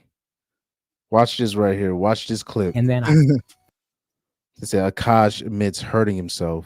But both of us grew up in and I'm talking about this in the next special. It was like turbulent households for both of us. We don't need to get too personal, but yeah, it's turbulent. So we didn't have any tools. Our fights would get crazy. Like I am very calm with her until I'm not, and then it's hard for me to cap the end. 0 to 100 in a second. 0 to 100. 0 to 0 for 10 days, and then she never felt unsafe like I would hit her. Sure. But I hit myself a couple of times like a fucking maniac, and that's not gonna make you feel safe either. No. So it was a lot of therapy. As soon as we got together, I'd been thinking about therapy for a while, and I realized I love this girl, and I don't even think I knew how much until therapy. But I was like, yeah, I love this girl. This girl I want to make it work with. I can't let this get in the way. So I started therapy 2016, I think. And then it didn't even really take hold, I feel until 2019. And then 2021, I felt in whatever, 2024, 2025. My girl still pops off. For me, it's trying to stay patient through that. Bruh, this is a L. This is a massive L. And hearing her and then because again, she grew up not feeling like anybody's looking out for her. She's not feeling protected. So she has to fight for herself. So it's my job to try to listen to that, take that in. And then No, it's not. I also said to her, I got a real thing with scorekeeping. Okay, before he gets into the scorekeeping, tell me y'all picked up on this. As a result of this man becoming so upset with his wife, well, I guess at the time it'd be his girlfriend's behavior, he admits to hitting himself. He didn't go into detail, but he admitted it. Yeah, he admits to literally self-harm. This is, simps. Simps, they got to learn the hard way, man. Now, because of that, he sought out additional help because he wanted to make the relationship work. And he wanted to get married to this chick. And that help started 10 years ago. Let me ask you guys a question. Isn't there supposed to be an end date on therapy, on couples therapy? Isn't there supposed to be some type of measurable results or end goal that you're looking for? Not that as a function of this relationship or this marriage being on point, you are required to have a mentor or a guide or a therapist forever involved with it in order to make it work. I said to her, look, I'm going to do all these things. I'm going to do the therapy. I'm going to do whatever. She wasn't in therapy at that point. I said, before I would have made her, I'd have been like, I'm doing this and you're not. So I finally said, you know what? I'm just going to try to lead by example. And hopefully if I grow enough, you will see the example and then you will also join me on this path. And that she heard way better than I'm doing this and you're not. Watch this. Hold on. Let me show you something real quick. Let me show y'all something. Look at this. So right here, it says, update. Akaash's wife responds to crashing out on Andrew Tate and Red Pill. My husband can say whatever he wants about me on stage. No one cares. I joke on TikTok, and now it's a problem because I don't have a mic. Not here for the misogyny. Now, look at this tweet from a normie. He says, I definitely don't respect Myron or Tate or whatever, but Akaash Singh's situation is why I'm never getting married.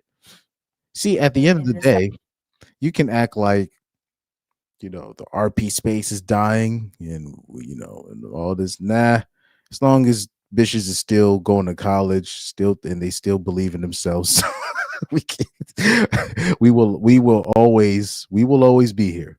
I want to talk to you really quick because obviously my name keeps getting brought up by either women or men. Lately, it's these red pill guys because I said my money, or what did I say? His money is. Great point. CS, great point. He said he himself has issues while he wants to white knight her. Recipe for disaster. That usually guys like that, it ends up being a full complete crash out. I got the story for I got the ultimate story for that right after this. His money is our money and my money is my money, which is a common saying, whatever. I'm not even gonna elaborate because I don't fucking care to explain myself to them. But what I will say is, if you're not gonna be a man for fucking women, like if you're gonna say, oh, women should do this for us and we're the prize and blah, blah, blah, at least be a man for yourselves. And what I mean by that is, so I just watched Don't Worry, Darling, finally on Netflix. It's like that movie from 2 or 3 years ago that everyone was talking about. Spoiler alert. But basically these men live in this like virtual reality simulation where everything is perfect. They go to work, their wives clean on them, wait for them. You know, they're like, the wives are basically dependent on their men, like 50s aesthetic, but like the dark side. At the end, you find out that these women never consented to be in this like virtual reality thing. And like when the women start glitching is when the memories of their real life start coming back. And there's this one scene where Chris Pine, the person who orchestrates this whole like utopic town or whatever, he tells Harry Styles to dance for him. And Harry Styles dances for him like a little Good Lord. We're gonna have to speed this one up. monkey. That's what I feel like you guys are doing. Whether it's Andrew Tate or these fucking red pill podcast guys, like when they tell you something, when they ask you to jump, you say how high. You're still not a man either way. Do you see what I'm saying? Like you're still a little bitch beta boy doing whatever these fucking men tell you. Why are you mad at us? Why are you mad if me and my husband are cool with each other, if we both make jokes at each other's expense? The difference is my husband will go on stage and say whatever the fuck he wants about me. No one has anything to say. It's like, oh my God, it's so funny, it's so relatable. But then I come on TikTok and I make jokes and now you have a fucking problem because I don't have a mic in my hand? Like, make it make sense. I'm not here for the fucking misogyny. One thing that I will say, being canceled by this like people doesn't affect me as much because I genuinely don't respect them. I'm just like, okay, like talk about me all you want, drive traffic to my page. Our YouTube video, our podcast episode that me and Nahal did got 37,000 views, which for us is really fucking high because we're just starting out. So I'm like, okay, keep driving traffic. I'm not even going to read any of the comments. So it's like, what are you doing this for? Like, there's no way you can be happy. Like, you cannot be happy just doing this. And I feel like if you honestly. So man, let's did you guys see the story? So this is interesting because it went viral on Twitter. But did you see this story right here? Where it was like a husband kills, sorry, he deleted his baby, his stepson, and the boy's dad. So you had this is what happens with simps. You know what I mean? Hey boy, so right here, because we talking about simp of the year. This was a very interesting story. I thought this was interesting. I wanted to cover this last week, but I forgot, or sorry, over the weekend, but I forgot. Did you see this? It was a story from I don't know what state. Yeah, it was from Ohio. Right? It says Ryan Egan, 42, allegedly shot his baby son, his 7-year-old stepson, and the boy's the boy's father, the stepson's father, right, before taking his own life.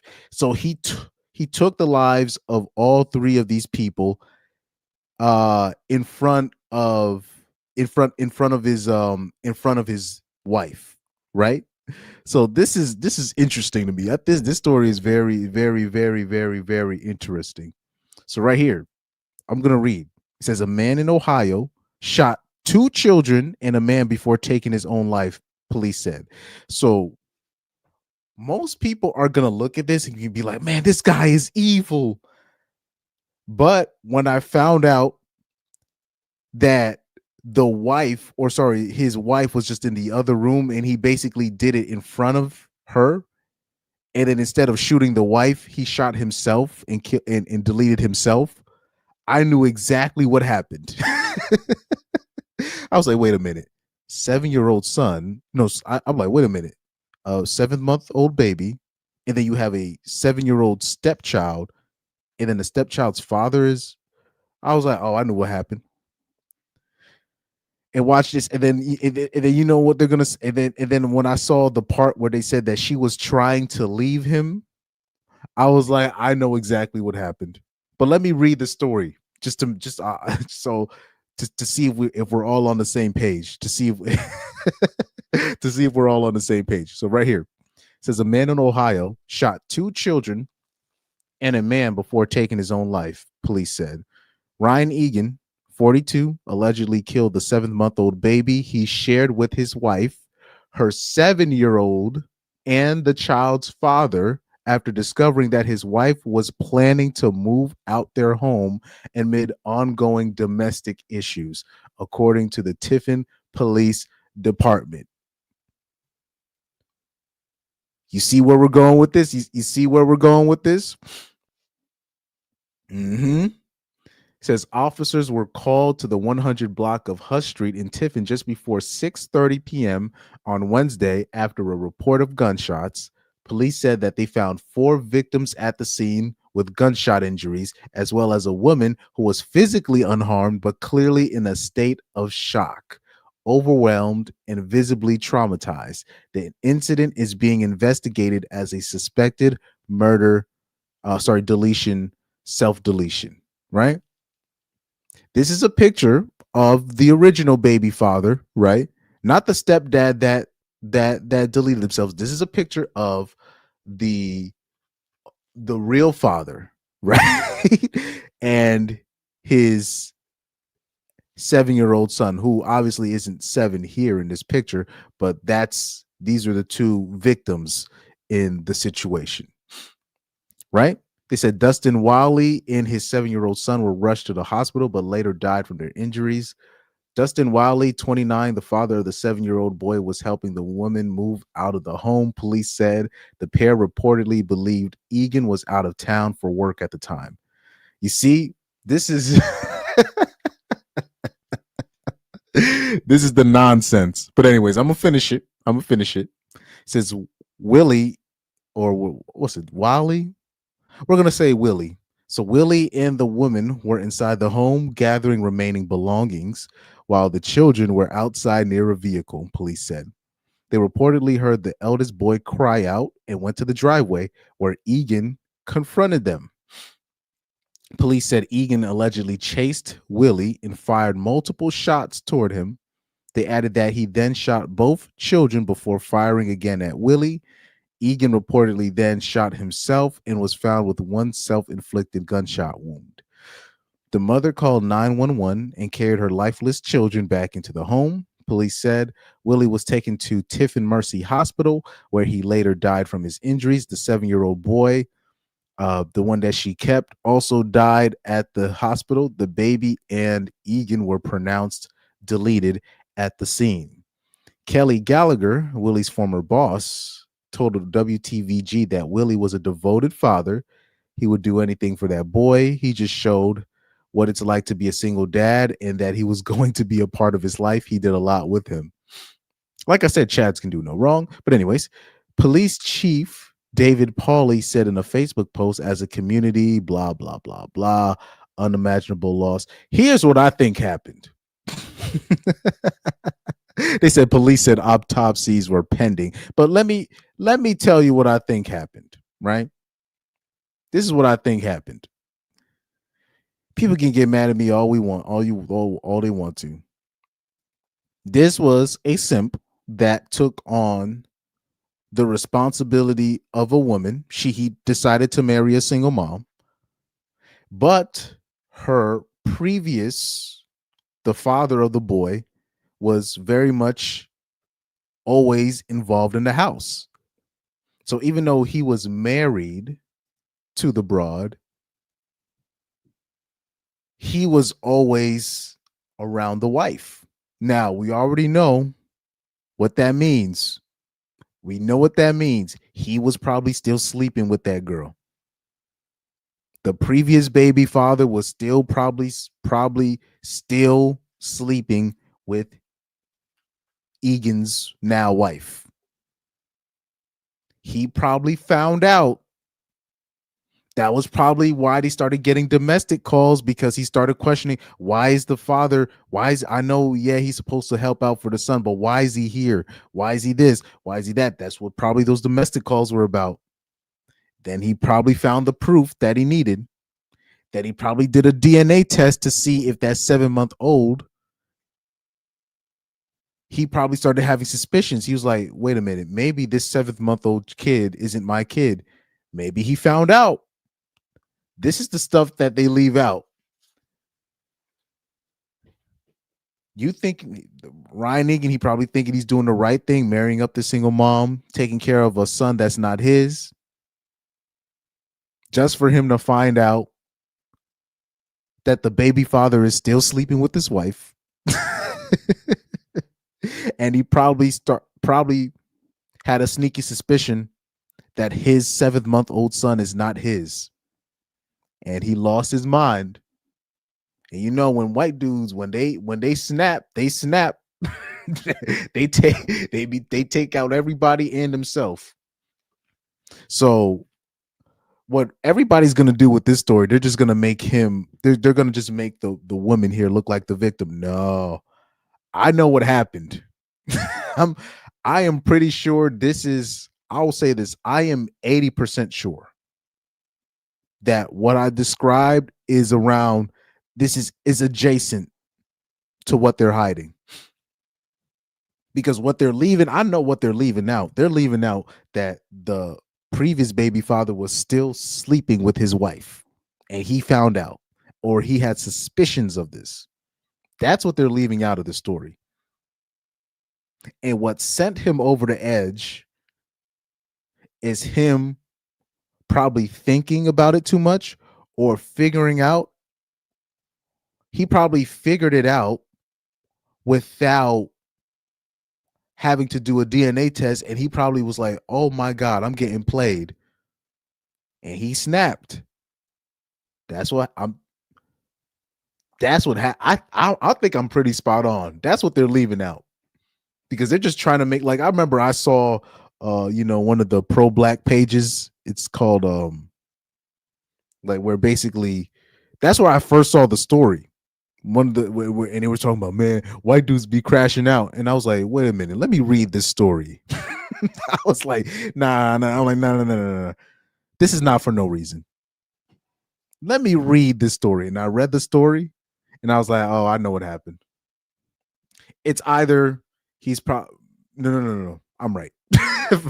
I was gonna give the benefit of the doubt and say, hey, maybe he's a agent and he found out about some child trafficking ring, and then now they're trying to plant a gun on him and say that he killed his old family. That's just me coping. And I think I got the story spot on. Let's see though, once the autopsy comes back, I want to see what kind of cover story they put in, because they're not gonna make the story where they're not gonna make the woman look like the bad person in the story. I know what happened. I think I'm pretty spot on, especially when you got to look at the details. And I hope you Andrew Wilson fanboys, I hope you're listening. I hope you're paying attention to this story. So this don't happen to you. You end up taking care of oh man, I got the hiccups. You taking care of a kid that doesn't belong to you, but you think you're doing the Christian, right, ecclesiastical thing, right? You're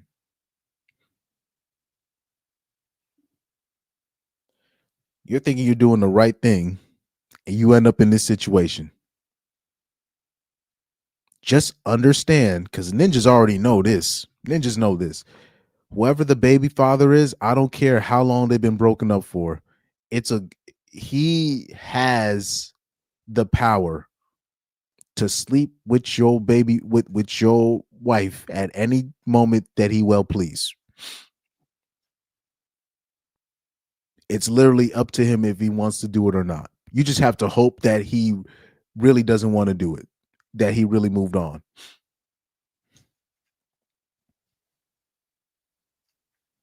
But that's the thing. When you hear now, all of a sudden you're hearing, oh, the mom wants to move out, and then the previous baby father's there to help her move. Nah, y'all still sleeping together. Yeah, he's not even supposed to know that. He's not even supposed to know that, because if he found that out, if he was really if he was not sleeping with his baby mom, he would have kidnapped his own kids and left the bitch there with the husband. That's what he would have done. Or he would have called the police on the house. He would have called the police, and the police would have come directly to the house. And he would just be waiting in the police car, waiting for his kids, trying to file for full custody. That's how I know they're still sleeping together. Trust me. This is it's right in the details, right here. You see this? Watch this. You see, Dustin Wiley, 29, the father of the 7-year-old boy, was helping the woman move out of the home. Police said the pair reportedly believed Egan was out of town for work. First of all, that means he was probably already there sleeping with her like he usually does. And second of all, he's too emotionally invested. Meaning this, the dads that are attached to the kids but not the mom, meaning if he's not sleeping with the mom anymore or she refuses, if the dad finds out there was a domestic situation and the kids were there, he's going to be like, get my kids out of there. You deal with that. And if you don't, I'm going to file a TRO, a TPO, a temporary restraining order. I'm going to file for my kids to be with me. Or sorry, for my son to be with me. He was there trying to help her and the son. No, he's sleeping with her. I sorry, I know men too well. Let's keep it a buck here. Let's keep it a buck here. I know people way too well.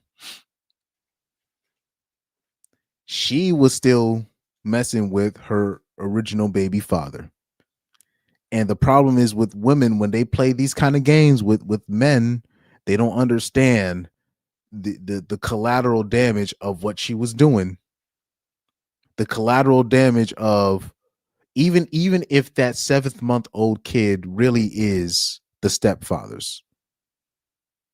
Say if that's the case, it really is his kid. In his mind, if he finds out y'all are still sleeping with each other, he's gonna be like, "Whoa, is that even my kid?" Is the 7th-month-old, I'm not talking about the 7-year-old stepson. He's gonna be like, "Is that 7th-month-old mine?" And he starts putting two and together. Somebody's gonna get deleted. This is why specifically in this story it said that he shot the son and the father of the son, and then he shot the baby, and then once the wife came in and saw the horror, he shot himself. That's how you know he was trying to punish her. He's trying to punish her for something. What is that something that she did? It's not just it's not just her just sleeping with her original baby father. He's punishing her because he probably found out that 7th-month-old is not his.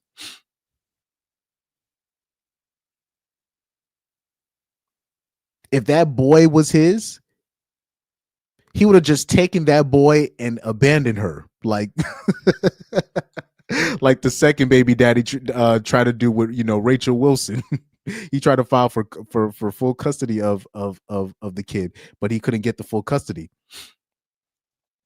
But that's why he crashed out. He found out that kid wasn't his. Because if it was, he would have just kidnapped his own son and just abandoned her.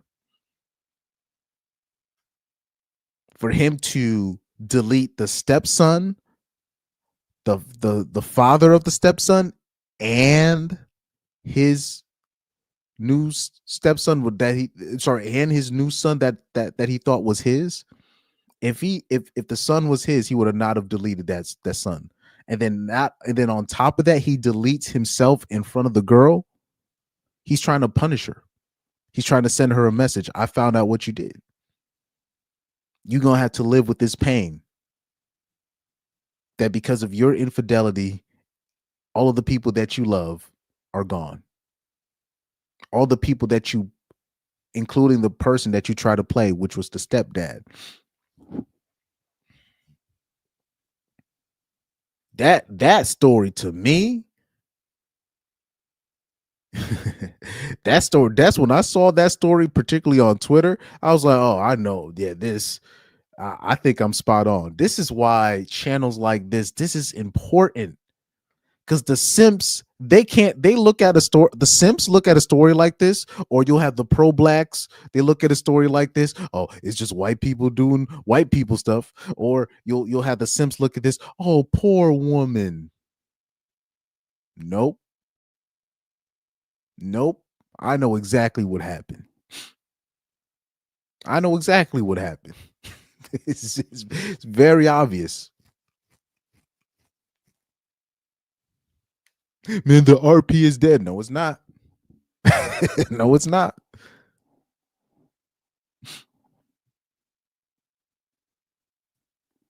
No, it's not. This is why this channel exists. Because we need to really start looking at these stories. You need to put you have to look at this in art. I guess I know it's a bit cringy when I say it. You need to look at these stories with a red pill lens. You really got to look at these stories, these things with a red pill lens, especially when it comes to relationships. You really got to really look at this and be like, whoa, what happened? Because the way they dress it up, oh, it's a horrific triple deletion / self-deletion. And you're like, whoa, a self-deletion as well. Now, especially when it comes to a man, I got to look, I'm like, okay, what happened to him? As soon as I see that, I'm like, okay, somebody did him wrong. Or somebody most likely did him wrong. We got to find out what happened. But like I said, most of the normies, let me actually look on YouTube, because I'm pretty sure they have the story on YouTube. Let's see the reactions from the normies. I didn't see the reaction from the normies because it can't just be me. It can't just be me. Yeah, let's see what the normies have to think about this story. This is okay. Here we go. So they got this in Ohio. I think he said they already got this on the Law and Crime Network. Guys, I'm pretty sure they're gonna come to the conclusion that I did, like in a couple weeks. Trust me, I don't even need a private investigation or a dive in to see what happened. Okay, so right here. Here we go. So let's look at the comments so far. Somebody said this is beyond horrific. I'm gonna show you the normies. So they haven't caught on yet. Like I said, but like this is why channels like, Minds exist. I'll take the, I'll go on a limb and speak my mind, and put my opinion out there without the approval of the majority. I don't mind doing that. I've shown this enough times on this channel. But this is why stories like this is important. So let's look at these comments. Somebody says, this is beyond horrific. I could never understand the level of hate it must take to deliberately delete a child. So let's bring it back to here. So 15YJZ. Let's look at his comment. He says, they never ask why. What was the motive? Because if you ask why, then they straw man you and say, oh, so you're justifying a man's action. They just can't fact. Why would he do this? This is also why this channel, shout out to CS. He says RP would have saved him from all these nightmares before he got involved with a low tier woman. But you see, There was probably people in his ear trying to convince him, nah, she's a good woman, and you know the dad, he's cool too. He'll be involved in the son's life. He's not a bad person. Okay. If you keep ignoring your gut instinct, you keep ignoring your primal instincts, your intuition. I'm trying to tell men, you need to, your intuition, most likely, especially when it comes to women messing around on you, is probably not wrong. I'll say this, people talk about women's intuition. It's only a few women I've met where their intuition was spot on. And usually the ones that where their intuition is spot on is usually the more quieter ones. And I'm gonna just leave it at that. But anywho, all they see is, oh my God, how can you do something so evil?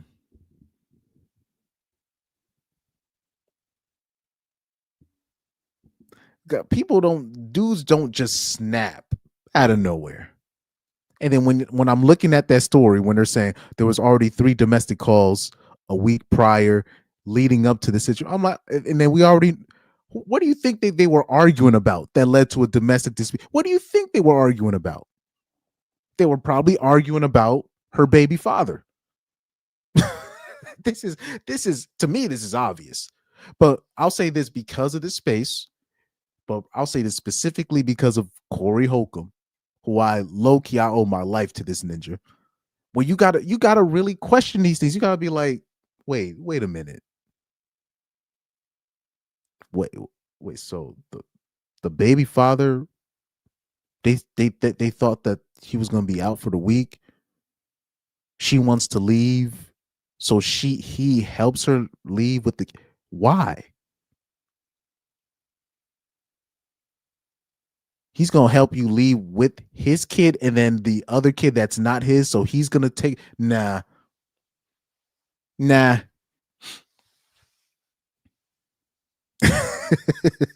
Nope. Man.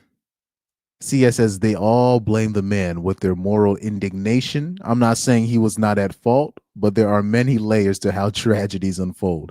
But people, they don't want to be seen as a victim blamer, right? Or this and that, But I think as a man, you can't be afraid to be like, wait, what happened?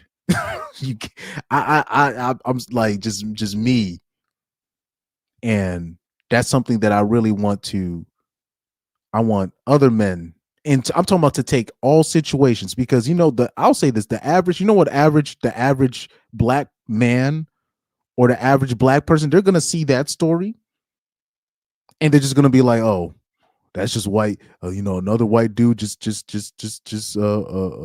taking out his old family when things didn't go his way. I'm like, nah, nope.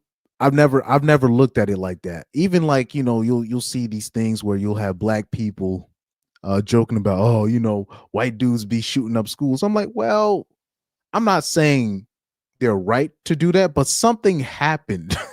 He didn't just decide, you have you have these Caucasian, transformers. They don't just decide to shoot up a school out of nowhere. Something led to that. And then we don't even we don't even peel back the layers on, well, damn near all of the school shooters, they all grew up with in a single mom household. They don't want to bring that up, or they don't want to bring up that damn near all of them was on some kind of psychiatric medication. They never want to bring that up. They're just going to bring up the race. Oh, he's just doing the typical thing instead of diving into what caused this. It really boggles my mind that people don't want to do. Just look at it. Just look at the story again, and you'll actually see what happened. It's very obvious. 15YJZ says they lack empathy. They can't put themselves in a person's shoe. They never can. They never can. He says normies are crashing out and RP dudes are like detectives trying to figure out what happened and how it happened. Usually they are bullied nonstop in school or at home, then they snap. And the thing is, they'll show this on kids TV too. They'll show this on, and people are still shocked when this happens.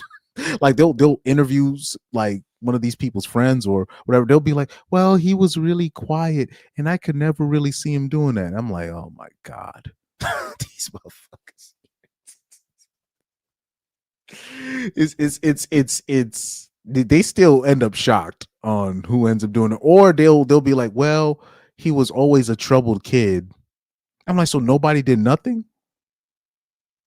That's what usually happens. So it'll either be they'll just be shocked of who it is, or they'll know that the kid was troubled, but they still don't do nothing anyways. There was a specific kid at my high school that I had my eye on. I was like, this dude gonna shoot up the school. Anybody that went to school in the suburbs could give me an amen in the chat.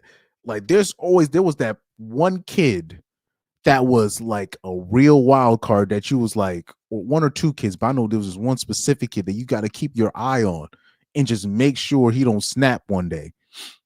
There was this one kid at my high school. Everybody knew this dude was a wild card. And it's usually guys like that. For some reason, they have access to firearms for some weird reason.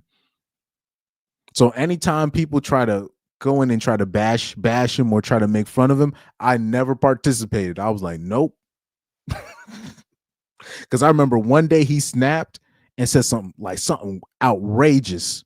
And then he came back the next day, was like, oh yeah, I'm sorry guys. I wasn't on my meds. And I'm sitting there like, bruh.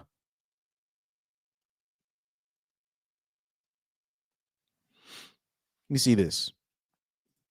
He said, if you watch the movie Higher Learning, that could have all been avoided if Omar Epps befriended him a little more. It's not even that. He just needed to just keep an eye on him. That's all you got. Some of these dudes, you just got to keep an eye on them and make sure they straight. It's not even about a friend. It's not even about that. It's just for me. If you just kept the eye out, just keep an eye out on this, because there's certain people that get easily influenced. I'm talking about easily. They get that was the dude from Higher. I know exactly the kid. He ends up joining with the white dudes, the white nationalists on the campus, and then the guy after they got beat up by the ninjas, which that stuff used to happen in the 90s and 80s. Like stuff like that would happen, and then they would just move on with their lives and just not talk about it. Yeah, the skinheads, right? The skinheads. Stuff like that used to happen in some of these colleges or some of these, or even some of the high schools back in the 80s and 90s, right? I remember this Italian lady was talking about how in the 80s they had beat up Whitey Day. So you'd have these black kids, they'll come down to the neighborhood, and they was literally just beating up white kids on the block, right? So these things happen in the 80s, the 90s, right?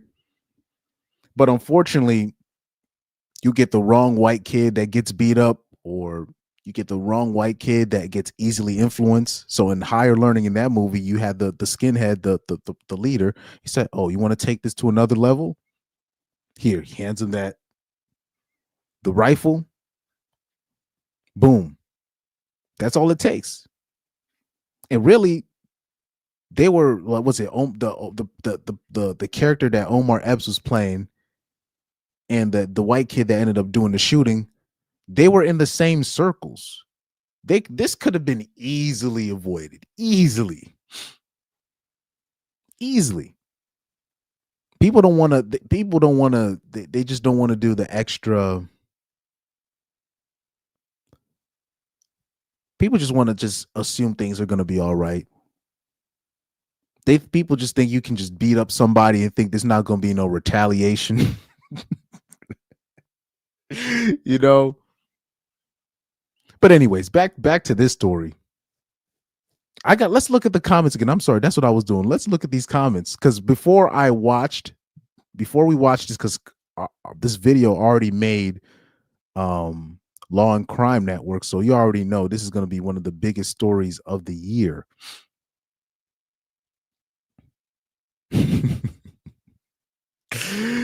You see how the title is already convoluted. You see the title already. It's convoluted. Husband deletes 7-year-old and baby after mom tried to leave. That's how they titled it on Twitter as well, until I looked into it and I was like, wait a minute. So the 7-year-old is his stepson, but the baby is allegedly his. The baby is this baby is supposed to be his. And I was like, they're saying the triple. So I'm like, who's the third one? And then they put later on, oh, the baby father was also deleted. I'm like, so why is he at his house?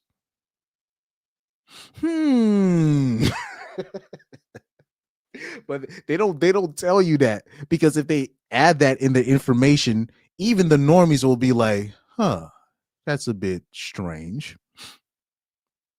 Most people, they're just gonna take that title and they're gonna be like, oh, this is another, man, potentially white man chipping out, right? And because of the retribution that, especially I'll say that, because the average black man should be able to do some detective research and be like, oh, I know what happened.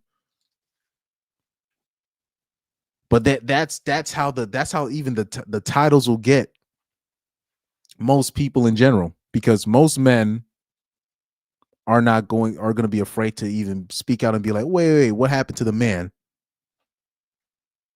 But I'll say this, especially black men, we should be able to look at that and be like, oh, nah, something happened to that man.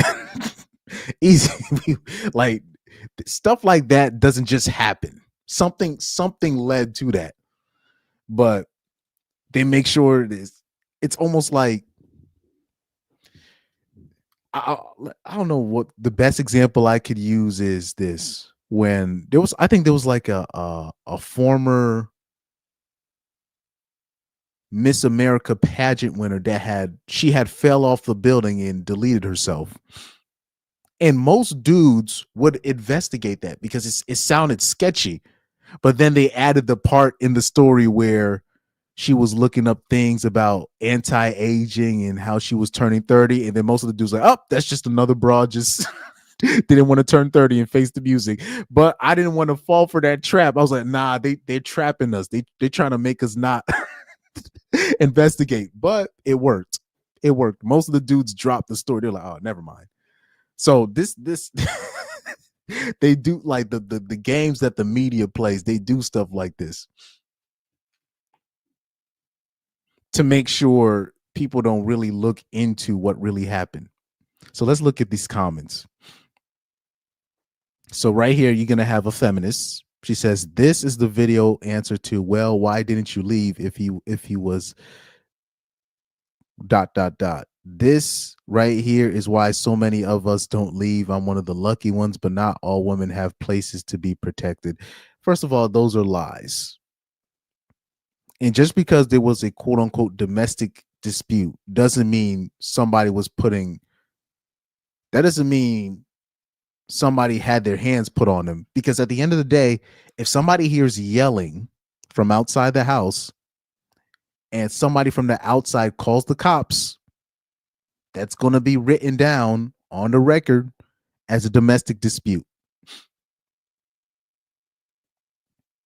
It doesn't even matter. Like, if somebody hears yelling, especially when it's between a man and a woman in the house, cops come, they're going to write it down as domestic dispute.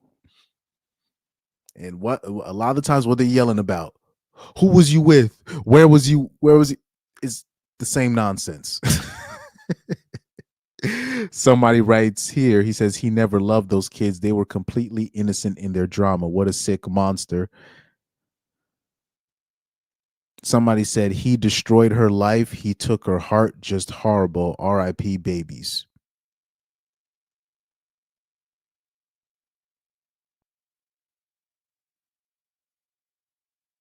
Somebody said blaming the mom because she survived is sick. I cannot believe some of you.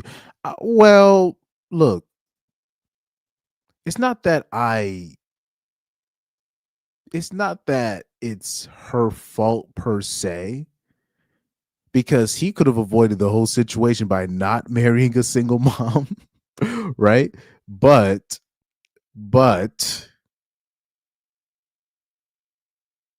women play dangerous games. Women play dangerous games, and when it blows up in their face, they're literally left and I'm not going to say they're rendered speechless, but they're just stuck in a state of shock. Because women be playing these little silly games. They don't realize you know, these are men at the end of the day. That's not something you play with. We try to warn women, stop playing with men like that. You know, putting, you out here cheating on your dude, and then you making him raise a baby that's not his, and then he finds out. When Chris Rock made that joke about, what's it, OJ Simpson, right? He said, I'm not saying I agree, but I understand, right? And people just take it as, why would he say something like this? Look, these are men. Stop. You can't be playing with men like that. Men haven't changed. Men haven't changed. We're the same. You can't be playing with men like that. These are men. I don't care how neutered you think you're men. These are men. You can't be playing with men like this.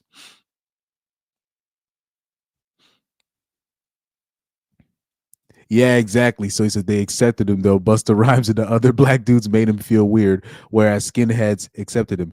You know, the irony is he would have been safer because like the black dudes now, particularly especially like say if he like that same dude, if he went to a HBCU, he would have been fine. That's the irony. And if he just kept to himself, because like a guy like that from higher learning, he's susceptible to the far right, the skinheads, the white nationalists. He would probably been he would have been safer being a pro-black, one of those, those white dudes that are like super liberal pro-black. At least he'd have been alive. He wouldn't have been in prison. He wouldn't have been in jail. He wouldn't have been shooting people, I think.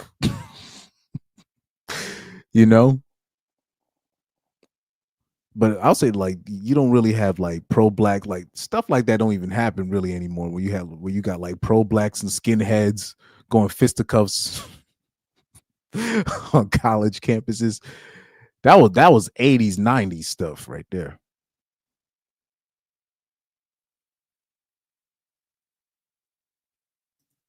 (15YJZ) says women forget the carnage an average man can do. As CJ said, many women think they can beat up most men, especially if the man is short. Yeah, that's low key what happened to Ray Rice too, because a lot of shorter men could definitely attest to this. Where you got you'll have a woman, she'll just talk crazy, and will get physical with the shorter man. But even from my experience, I haven't seen women, they be like 4'11" and they'll be still trying to fight the dude. The dude will be like 6'5", and she trying to fight this. I've seen bitches trying to fight security guards, and they be like mountains. These people be. I didn't see this dude. This dude is a mountain, and I seen this broad try to throw like a bottle at the security guard. I'm like.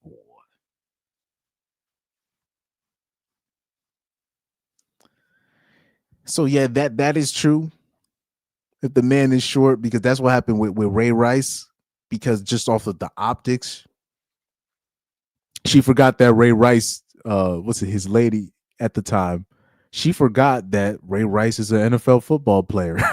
I don't care if he's 5'8" or 5'9", which is not short, but still, that's the average man height. I don't care if you think this is the average man's height, or you think this is an average man. This dude is this is a professional running back. Running backs, anybody that don't know, the running backs in American football, they take almost as much punishment as the offensive lineman and the defensive lineman. They're one of the few skills positions that can get touched up.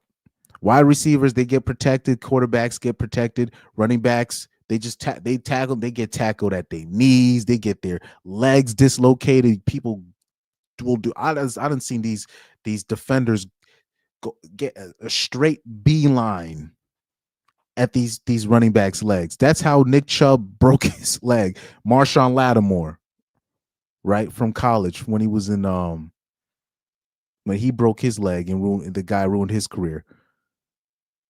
Ray Rice is no joke physically. To be a regular man size, and you're one of the more powerful backs in the league. You can't run up on a guy like that or put your hands on somebody like that. But a woman, she's just gonna look at just the optics. Oh, he's not that big in her mind, and she got super socked. Now the irony is that they're still together to this day. That's the funny part. They're still, Ray Rice and that woman, they're still together. They're still together.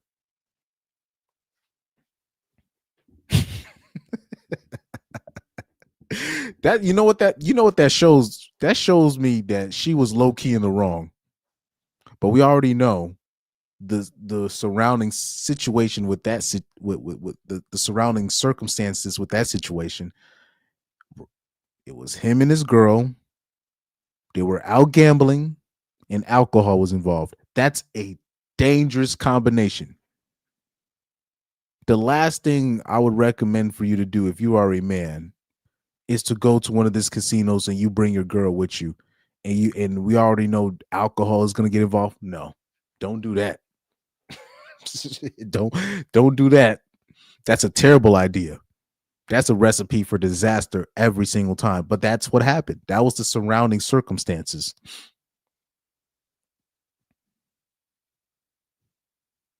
$15YJZ says, I met Ray Rice in person. Dude's arms are bigger than both my thighs. No Diddy. Yeah, these NFL players, even the so-called smaller dudes, are huge.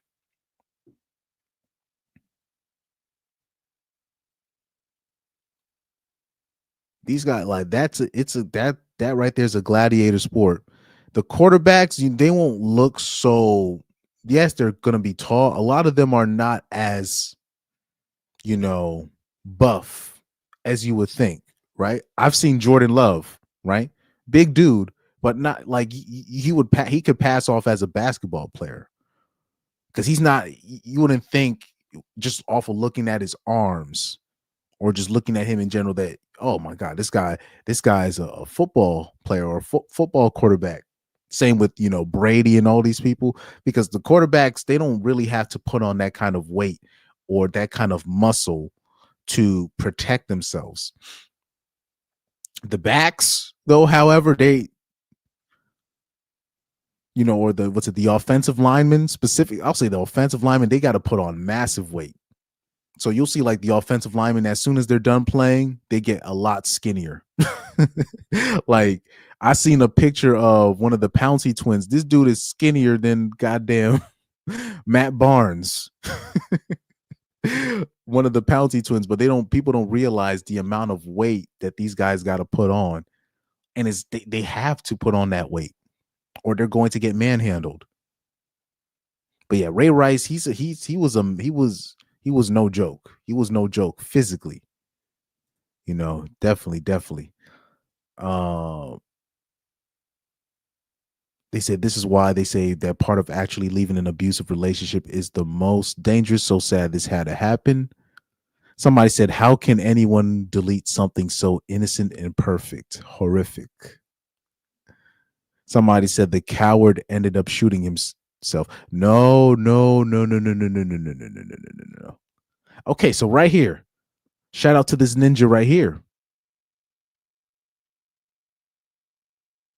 Oh, okay. Let's see if they start. Let's see in the video if they mentioned that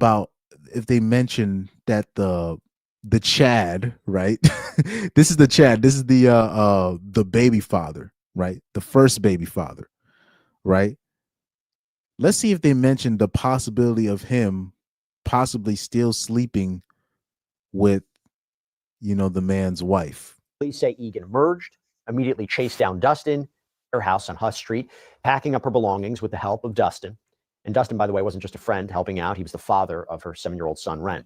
And the plan, according to authorities, was to do all of this while they believed her husband, Egan, was working out of town. So picture the scene for a second, okay? The mother and Dustin, they're inside the house, and visibly traumatized. Nah. Speed this up real quick. When police arrive, they find a scene of utter horror. They find an adult male, identified as Dustin. They find these 2 young boys, Ren and August, all suffering kinds of events. In this particular case, there was a victim. Of this mother, and how emotional that must be for her. How do you get information from a witness like that? I mean, if she, I don't even know how you. The adult male, he's going to go after him first. The children, and I'm not a psychiatrist, but I'm going to tell you this: he kills those children and leaves her alive, so she has to live with that every day for the remainder of her life. Common in your experience, Jesse? There is no more volatile situation than a domestic situation, because if you think about it, who makes you the most angry in your life? Is it general people on the street, or is it people that you're the closest to? That you feel the strongest emotional tie creates the most anger? The only thing I can say about a situation like this, she's trying to get away. She's bringing someone with her to help her get her belongings. But what we find, and I've seen this multiple occasions, you need to call the police to have them with you there when you're getting yourself out of the house. And if they say they don't have somebody available, you go back another time. Because as I said, there's nothing more volatile, nothing more explosive than a domestic situation. And in this case, interesting. Let's hear the psychiatrist out. It looks like the psychiatrist right here had some decent insight. Okay. And I don't even have a degree. But shout out to this guy right here. I think he's getting into this. Okay, retired. Okay. Oh, he's not a psychiatrist. He's a retired detective commander, Chicago Police Department. Okay. Oh, they would if I was a detective, they would have hated my ass. Because I'd have been questioning anything that happens. I'll be questioning everybody.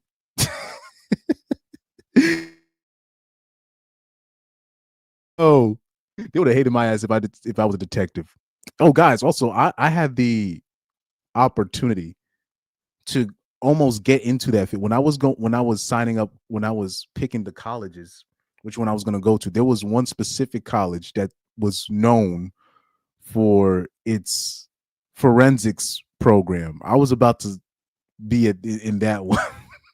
So it's crazy how life works. So let's not confuse anything. She's a victim. She was left alive. So I imagine we just celebrate critical discovery. They located a second adult male, also deceased, and that was this husband, this apparent shooter, Ryan Egan. So what exactly unfolded in that driveway to lead to this? To help us break it down and all the evidence here and what this response must have looked like, I want to bring on a special guest, retired Detective Commander Will Spilar. Will, thank you so much for coming on. This is an incredible. Okay, this is good. So let's hear what he thinks happens, and let's see if it's similar to what I'm saying. So this is interesting stuff right here. Incredibly difficult case. I imagine a very difficult crime scene to process. I mean, it's a difficult crime scene. I don't think it's a difficult case. Let's go from the beginning here. What do you think was the first thing that likely signaled to responding officers that this was a domestic violence situation that had escalated? And how do you respond to these kinds of events? In this particular case, there was a victim that was left alive. And I say victim because the mother is a victim. Let's not confuse anything. She's a victim. She was left alive. So I mean, he has to say that. He has to say that. I imagine she was very traumatized. I imagine she was in shock, but you still had someone that could kind of tell you what was going on. And then you just have to.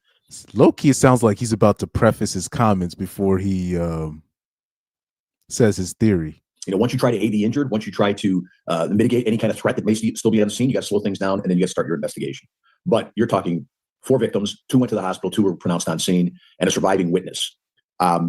It's so difficult to talk about how you respond to something like that, or what you see, or what goes through your mind when you see something like that, especially when you're dealing with children. 100%. And this 911 call reported gunshots and screaming. It's kind of hard to process what that scene must have looked like and what that event must have looked like. But you have a sole witness here, right? You have this mother and how emotional that must be for her. How do you get information from a witness like that? I mean, if she, I don't even know how you even sit down with her, how you even try to get her record.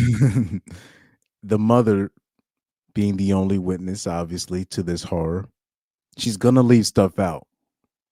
So this is very interesting. Let's see what he has to say about that. recollection of what happened. I imagine there's an urgency in understanding what happened. I don't even know how you approach something like that. That's going to have to be done by a psychologist or psychiatrist. Someone's going to have to get past the trauma. We as first responders, when we get there, our main priority is aid the injured. Oh, so he doesn't know yet. He doesn't even know. He said that basically a psychiatrist is going to have to get that information. Well, I'm not a psychiatrist, but I have a decent feeling on what was going on there. Yeah. She had been taken to the hospital, had to be put under evaluation, medicated. And you really can't talk to people when they're in that state because it's just too injurious to them. And it's a possibility you're not going to get a bunch of information. Now, the 911 call tells the police there's going to be potential for violence. Someone might be hurt. You get there, you see one body outside, 3 inside. You know something really bad has happened there. I mean, let's state the obvious. Now, the woman's still alive, so she's possibly giving some information. But as far as eliciting any kind of a coherent or detailed account of what happened, you're going to have to get some help with that. As a first responder, we're just not equipped for that. Yeah, I understand. And you know what's shocking? First of all, let me ask you this. Even when you have the suspected shooter dead, the investigation's not over, right? Why? What are they looking for? What's the next steps? As a matter of fact, it's just beginning when you know that. Now, what you know there is you're probably not going to have a prosecution, but it doesn't mean you're not going to have an investigation. You have to make sense of what happened there. You have 4 bodies that you have to account for and how that happened. And in an investigation, the only difference between this investigation and an investigation where you're going to charge somebody is there's a criminal prosecution. There's no criminal prosecution in this case, obviously, but it doesn't change the investigation at all. You're going to handle it just like it's a homicide. You're going to take to court. And they say, authorities say that this husband, Ryan Egan, the father of one of the children, they thought that he was going to be out of town, but authorities say the evidence suggests he was just lying in wait and in an ambush style attack. Is that something you've seen before in these domestic violence situations? You're talking about the idea of they're moving away, they're trying to get out of there, this level of premeditation, state of mind. Is that something common in your experience? Jesse, there is no more volatile situation than a domestic situation. Because if you think about it, who makes you the most angry in your life? Is it general people on the street, or is it people that you're the closest to? That you feel the strongest emotional tie creates the most anger? The only thing I can say about a situation like this, she's trying to get away. She's bringing someone with her to help her get her belongings. But what we find, and I've seen this multiple occasions. Okay, here we go. Let's see what he thinks about this. You need to call the police to have them with you there when you're getting your stuff out of the house. And if they say they don't have somebody available, you go back another time. Because as I said, there's nothing more volatile, nothing more explosive than a domestic situation. And in this case, if what the authorities are saying is correct, he was laying in wait. He knew what he was going to do. You got to make that call. You got to get someone there with you in law enforcement. And we will do that. I know Chicago Police Department, it's policy, because we had an incident years back where the same situation, the woman comes to get some stuff out of the house, the guy's in the house, he kills her with the police standing on the front porch. You can't have that happen. So if there's any way to prevent something like this, you got to have somebody with you. Talk to me about how you think about this attack, right? This timeline here, because if you read the release from police, Ryan immediately chased Dustin, pushed past the mother, fired multiple shots. Then we know that Ryan turns the gun on the children in horrific fashion, fires additionally at Dustin. And then we know that I'm looking at these, particularly the baby. No, not him. The children in horrific. The baby, I know maybe I'm being too premature, but that baby looks a lot like the original baby father. Now, I don't know. They haven't put Ryan Egan's face. We have no idea who Ryan Egan looks like, the stepfather, which is interesting to me. Ryan Egan. I'm like they don't have a picture for Ryan Egan. They're just showing Dustin. They don't have a picture for Ryan Egan. I'm pretty sure if we see what he looks like, because I'm looking at the baby that allegedly belongs to Ryan, whoever he is, but that baby looks like the new baby that allegedly belongs to Ryan. That baby looks like Dustin, the original baby father. But I digress. Fashion, fires additionally at Dustin, and then we know that he turns the gun on himself, and then leaves the mother. Right, leaves the mother alive. I think that says something too. That says everything right there. You talk about he takes out the biggest threat first, right? The adult male. He's going to go after him first. The children. Exactly. Yeah, and I'm not a psychiatrist, but I'm going to tell you this: he kills those children and leaves her alive, so she has to live with that every day for the remainder of her life. That's what I said. That's exactly what I said. For him to take out the father first, then the kids, and then himself, that's him sending a message to this broad that you caused this, you did this. Now, here's what they're missing. He's not doing this over, I just want to leave the house I'm walking away from the situation because you're abusive. No, no, no, no. He's not doing this because she's leaving. He's doing this because he found out some ish about her and Dustin and the kid. And I believe he found out that that kid, the 7-month-old, is not his. That's what sent him over the edge. That's why that person did that. It's to make her suffer as much as he possibly could. And him dying, right, means that not only there will be no prosecution, doesn't suffer the consequences of his purported actions. No, I think he probably knew what his plan was going to be, and the way he can inflict the most damage. I mean, let's think about this. What would hurt somebody more than that? And it's not an everyday occurrence where a man will kill his own children. It happens, but he made up his mind what his plan was going to be before he did it. First of all, the stepchild is not his kids. Remember, and his plan was to hurt her as much as he possibly could. And now, and then his son, that's allegedly his. That's the key. That's what, because you see, this is what I would do if I was a detective. This is what I would do. And people would be mad at me. People would be mad at me if I was a detective. If I was a detective, I would have been like, can we do a paternity test between Dustin Wiley and because this was going to happen. I'm going to suggest it, and I'm not going to say it in front of the wife. I'm going to basically do it behind the wife's back. The wife is going to find out, and the wife is going to sue the entire department. That's what's going.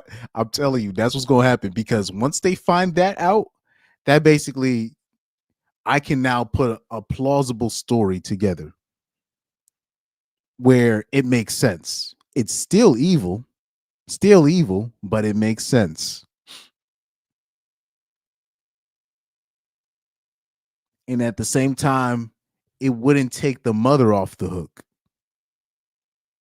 So this is that's like, yeah, if I was a detective, I'd have been in trouble.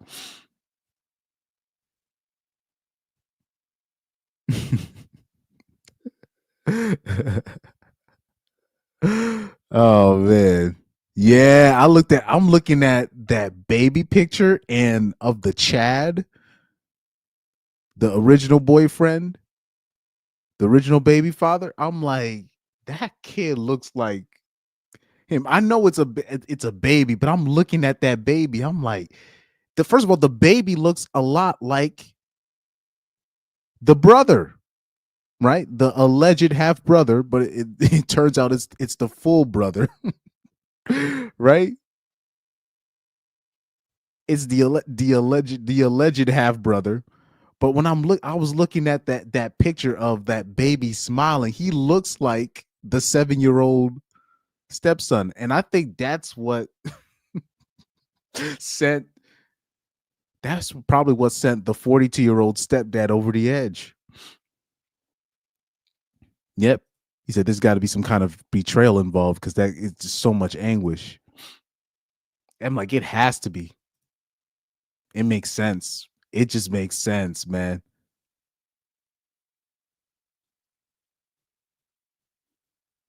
It's not just, oh, he snapped because she's leaving him, but then at the end, but then I always say at the end of the day, so why is the original baby father? Why is he there helping her leave? Why? Nah, man.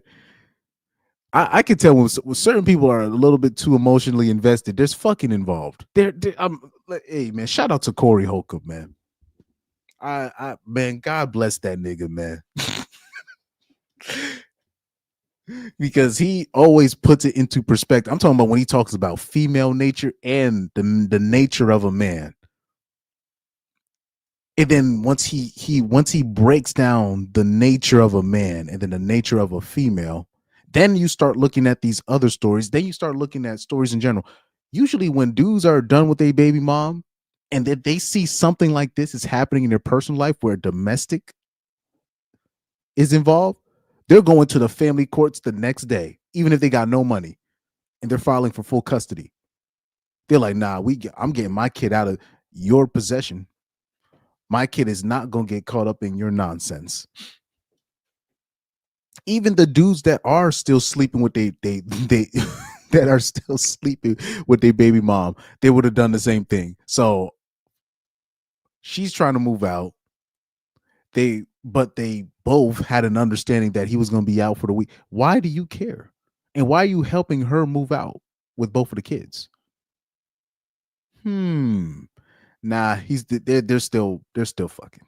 They were still fucking. He found out, and he started putting two and two together, and he realized that 7-month-old is probably not his.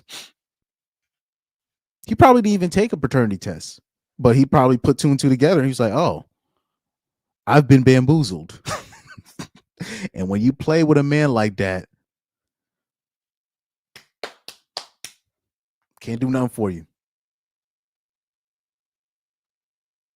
Can't do nothing for you. But anyways, let's keep this playing. Good. And I want to add this. We now know more about those critical minutes in the driveway, and this is all thanks to a detailed update that police released the next day. It fills in just a devastating sequence of events. So police say that while this mother and Dustin were inside the house, they heard this 7-year-old cry out.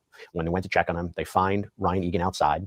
According to witness statements, physical evidence, again, Egan starts chasing Dustin, pushes past the mother, fires the shots, turns the gun on the children, shot both boys, according to a post from a woman identifying herself as the grandmother. August was still strapped into his car seat. The grandmother fires the shots, turns the gun on the children, shot both boys, according to a post from a woman identifying herself as the grandmother. August was still strapped into his car seat. The grandma even writes that the children's mother begged him to kill her too, chose not to. And police also say that the mother reported that she carried her children back inside the home before first responders even arrived. You know, Will, in one hand, I imagine it's very difficult to be clinical about this and try to look at a crime scene and see a sequence of events and look at this without the emotion getting involved, because it is difficult to process somebody doing this in such a blatant and callous and disgusting way. And again, you know, adding the idea of this mother trying to plead, take my life too after all of this, and he wouldn't. Those details really tell another part of the story. Absolutely, they do. And again, as we talked about before, this is that child has his eyes. Uh-oh. Let me look at this. Man, look at his eyes. Look at the baby's eyes. And look at the original father's eyes. I know I'm reaching. I might be reaching, but anyway. And that's exactly what he did. So I guess in his eyes, it's mission accomplished. You don't have to face the consequences on this side of the realm anyway. And it's so devastating. And again, we go back to the fact that these domestic situations are so volatile and there's so much emotion and so much anger that. But let's talk about why the domestic situation. Why do you think? What were they arguing about? Like I said, man, they would have hated me if I wasn't a detective. They would have been calling me a victim blamer, all this stuff, man. Hey, maybe it's a good thing. You know, it doesn't seem rational for us when we think about it, but in that person's mind, it makes perfect sense. Yeah.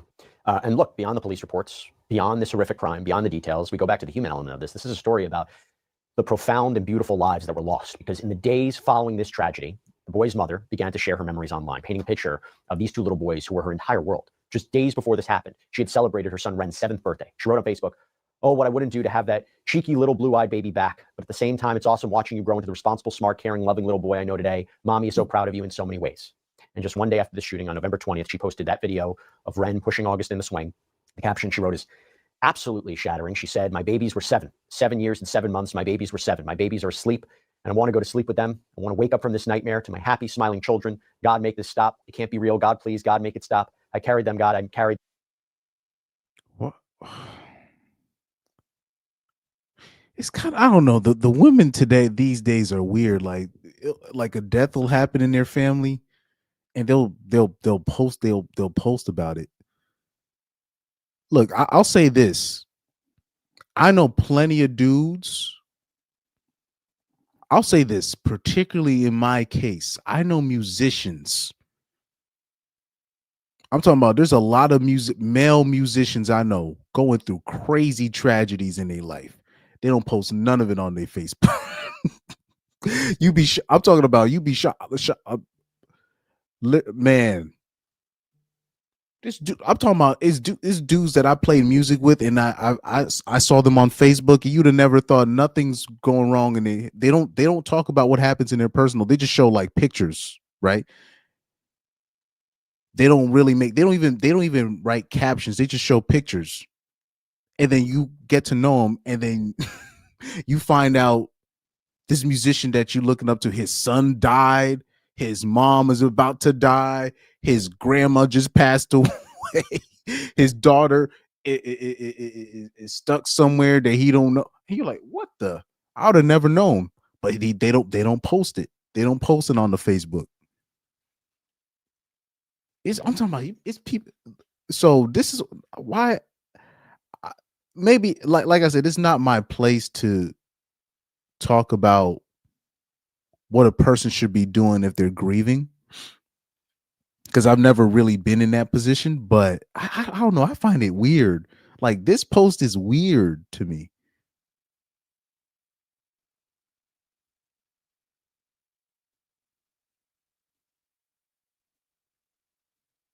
I don't want to call her a narcissist, but I don't know. I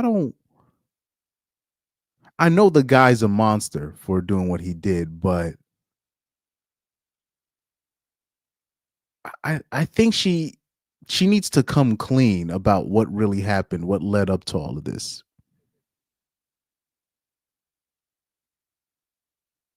People might think, and look, if you can look, if you can call me heartless on this, that's fine. Look, I'm not always right, but when I see a post like this, it's just kind of a weird thing to just post, and then like that's just something they like somebody will just say to themselves, not post it. Because like when you talk about writing a Facebook post, you got to type it out, you got to put the punctuation, you got to click share publicly. I don't know. Maybe it's just me. Married them. My whole life is gone. And then on November 22nd, she shared an even longer, more detailed post pouring the love out that she has for her children. She described Ren as her blue-eyed, beautiful boy with a heart of gold. She said he was the little heartthrob of his first grade class and that he loved bringing her love notes from school. She remembered her baby August as her newborn angel. She wrote that he loved orange foods like sweet potatoes and carrots, that his favorite song was Baby Beluga, and that he was a celebrity everywhere we went.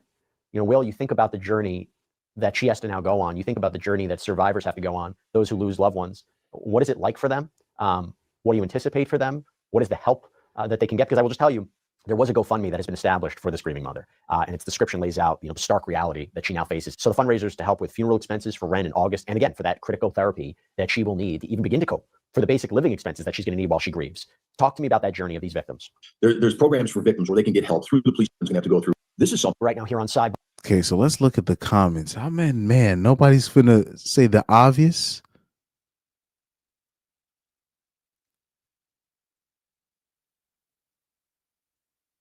Somebody said, if I can't have you, no one will type of mindset. Nah, that's not it.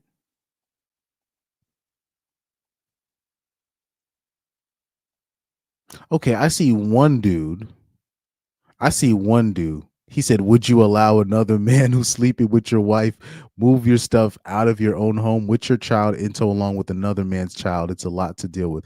Okay, so there's one dude, but like I said, they're going to call him evil. So they're ripping him in the comments, the guy that replied to him that said, would you allow another man who's sleeping with your wife move your stuff out of your own home with your child in tow along with another man's child? It's a lot to deal with. So you see, now everybody is saying that's not an excuse to murder children. We're not saying that. We're just saying I believe the woman here bears some culpability.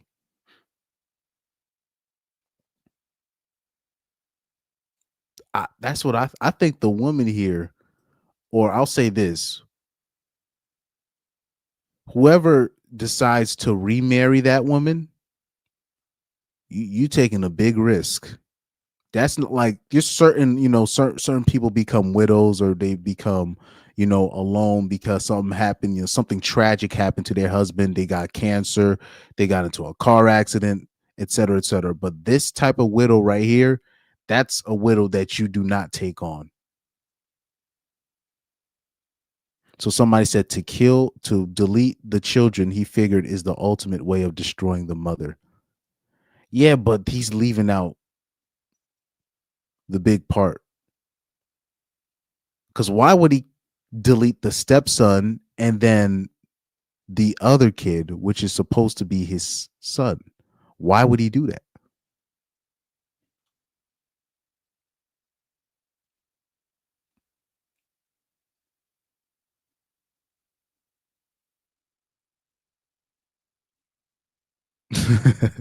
The irony. So look at this ironic post. Look at this right here. So somebody here says he wanted her to live with the trauma and horror of losing her children. He hated his wife more than he loved his own kid. Can men please work on controlling their emotions, their anger, their jealousy before it destroys everything around them? Now, this is a highly ironic post because what she described is what most hoes are to their baby fathers that move on. To the baby fathers that want to move on with their lives, this is how the bitter baby mamas act. They want you to live with the trauma. You see how she says he wanted her to live with the trauma and horror of losing her children. This is what bitter baby mamas do. They want the man to live with the trauma and horror of losing their children to the state, to the family court, to child support, etc., etc. She says he hated his wife more than he loved his own kid. Now, how many times we've heard that in this space? She hates the man more than she loves her kids, right? So clearly she took that from men. She says, can men please work on controlling their emotions, their anger, and their jealousy before it destroys everything around them? Well, because of the emotions of the woman, the modern woman, or whatever woman you want to call it, because of the emotions of the woman that they want to divorce their husbands, they want to take kids away from their fathers, they have destroyed communities. Look at the Black community, destroyed, will never be fixed because of the emotions of the mother. Their anger, their jealousy destroys a whole village. True irony with that comment. Very, the irony is crazy.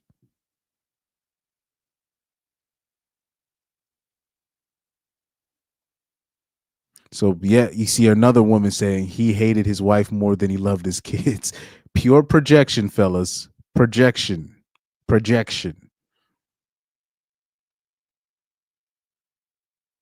Yeah, it's only one dude that was like, nah, something happened to him that rendered him to snap. But yeah, but this is why this channel is here. But anyways, this is why this channel is here. Let's hope. I'll say this, all jokes aside, let's hope, because remember you had Andrew Wilson. He was talking about how, oh, my wife's only been with she's only been with 2 dudes. Or her body count is only 3. It's just me and her other 2 baby fathers, right? Let's hope that he doesn't find out the truth. Maybe I think he does know the truth, that she's not like, I refuse to believe that Andrew Wilson's that stupid to believe that his wife has only been with 2 other dudes, which is the father, which is her previous 2 long-term relationships. I refuse to believe Andrew Wilson is that stupid.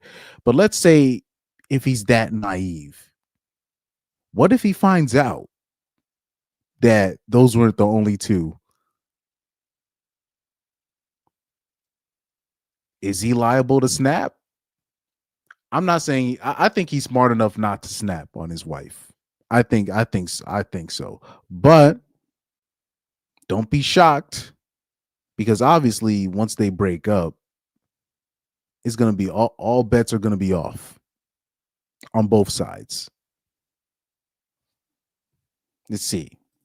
Andrew Wilson calling out anyone. And oh yeah, by the way, like I share these stories just to show you I'm not above it. As a man, how am I? Forget about being a stepfather. What if I marry a broad and then I find out the child that is supposed to be mine is not? Who? It's no telling how I'm gonna react. No, ain't no telling how I'm gonna react. What I would do. I like to say I'd walk away, but I don't know. People, it's not just a financial investment. This is an emotional investment, physical investment. You telling everybody. Imagine, like, I remember, dude. Look, I remember I was promoting I'll say this like this. I'm promoting a show right now. And I got a lot of people counting on me to be in the show. If they tell me last minute I'm not going to be part of the show, I might snap. I'm liable to snap. So that's just for something extracurricular. This is just, now imagine this is your kid. Or you think that's your kid and you find out the truth. It's not your kid. Or you give the single mammy the benefit of the doubt to do right by you, and she still betrays you after you put all this emotional, physical, financial investment into what? Don't worry about him. Man, I'm telling you guys, apathetic. Let me see. What is his name? It says Apple the Cleric. I hope I'm saying it right. Apothecleric says Andrew Wilson calling out anyone else for being a simp is one of the most incredible examples of the pot calling the kettle black that I've ever heard of. But hey, like, I'll say this. Imagine if Andrew Wilson didn't get called out for his situation with him marrying a single mammy, and the Akaash situation came and the Akaash situation came out the same week of him debating. He would have been using Akaash as an example of what not to be as a man. No, and especially knowing the type of person Andrew Wilson is and the type of people his followers are. No disrespect. It's like, damn. I feel like they would have been on that type of time, calling Akaash a simp. Andrew Wilson would have been joining right in the choir, even though he's in the exact situation, if not worse situation than Akaash. Akaash, he could still break this off if he could, like, because there's no kids involved. He's gonna have to pay a massive sinning bill. He's gonna have to pay a massive exit fee, but he could get rid without losing a whole lot. He could do it. But with Andrew Wilson, Akaash has admitted to self-harming himself, right? So if he crashes out, it's like, he did admit it to self-harm. But with Andrew Wilson, he can't just leave. He has 2 kids with that Rachel broad. And then on top of that, 3 other stepkids. Oh my God. 3 other kids, bastards that don't belong to him. He can't just leave. If a divorce happens in that situation, that's gonna be super messy.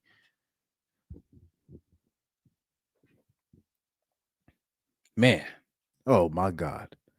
He's gonna be up shit's creek. That's why people be giving him like, oh man, he looks so cool, smoking all those cigarettes. This dude be smoking all these cigarettes, talking about I be hung over at the debates, drinking heavily, he'd be looking like a mess. And now I know why. But we all know why. His personal life, he needs them cigarettes, he needs them drinks. But I don't know, people look at it as like it's such a cool aesthetic of him like smoking and I guess him looking cool, but that, like, there's no way as a man, if I'm trying to point a young man in the right direction, there's no way I'm pointing him towards Andrew Wilson. No way. Absolutely not. Especially even if he was saying the right things, just the way he carries himself as a man. All them cigarettes, this with him being clearly a heavy drinker. That's as a young man, I'm not pointing him to my to a direction of a Andrew Wilson. Hell, I'm not pointing. Most young men, I tell them not to do what I do. You know what I tell young men? Because this is what happened. Because you got to be honest. You got to be real. When I meet with young musicians, I tell them, do not do what I did and just learn by ear. You need to go to school so you can do both. You go to school, you go to your music school, learn all those things so you don't have no gaps in your knowledge. So yeah, you see me up on the stage or you see me doing this, I get the music like this. It doesn't take me long to get the music, but unfortunately that makes me a terrible teacher because I expect people to get it and it doesn't work that way. On top of that, it makes me less patient for other musicians because they don't just get it. Because I've been relying on my ear for so long. And then on top of that, last year when I went on tour, I lied and said, oh, I don't have problem reading the music. And that ended up almost being a disaster. If I had to lock in after that second show, I had to lock in. So I tell them every time I come across, oh, I want to play. No. You're doing trust me, you don't jump out into this music circuit just yet. This music circuit might not even exist in these next couple years with AI taking over. Stick with your music, stay in school, learn the sheet music, learn the theory, all this stuff, because at least you can teach right after. You'll be able to do recitals. You'll be able to still they pay more for classical pianists, believe it or not. They get more money. Your options will expand. And then on your off time, once you learn by ear, it'll be easier for you to learn by ear because you have the theory that comes with it. And if you want to pick up something else, it's going to be easier for you because you already have the theory. You already have that. And then on top of that, you can experiment. You can do, your options are more.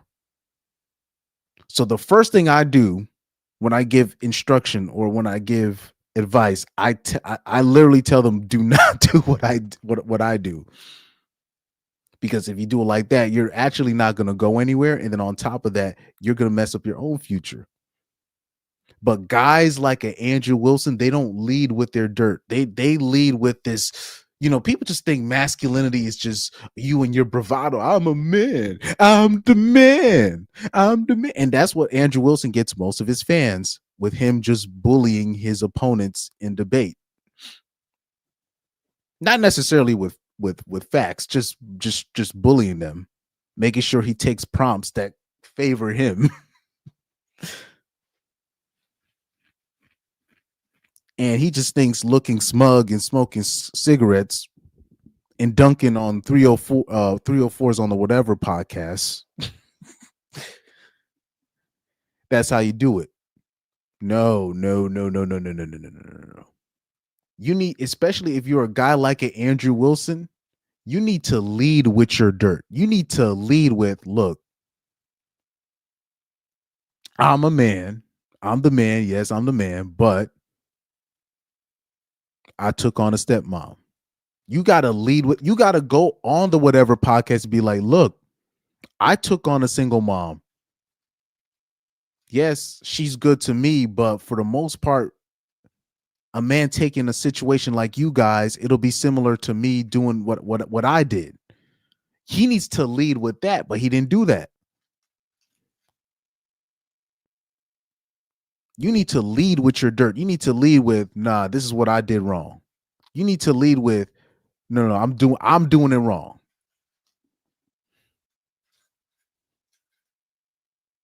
This is what not to do. These are the mistakes that I did. He doesn't lead with that. Because if you led with that, you can actually you can't, no, it can't be used against you if you lead with that. But he hides it, and he hides it for a reason. He doesn't mention it for a reason. This is why I love Corey Holcomb. He talks about everything. He, in fact, with Corey Holcomb, he gets in trouble for oversharing. He gets in trouble for oversharing. Oh, you speak too much about your family stuff and all. Now, I'm like, you know what? At least he puts it out there. He talks openly about, look, I don't think I could ever be with one woman. He's one of the only few people where he'll just, oh, look, I don't think I can do that. And you can say, oh man, but at least he's being honest. At least he's being honest. You need to lead with your dirt. You need to lead with, oh no, I'm a piece of shit. I'm this, I'm that, but this is what you can do so you don't make the same mistakes that I did.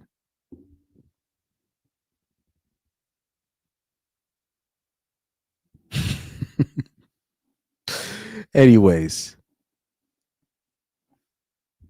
CS says, if men learn anything from Wilson, it would be that he had asked for a paternity test. That is true. They, according to the records, they said that he asked for a paternity test, and he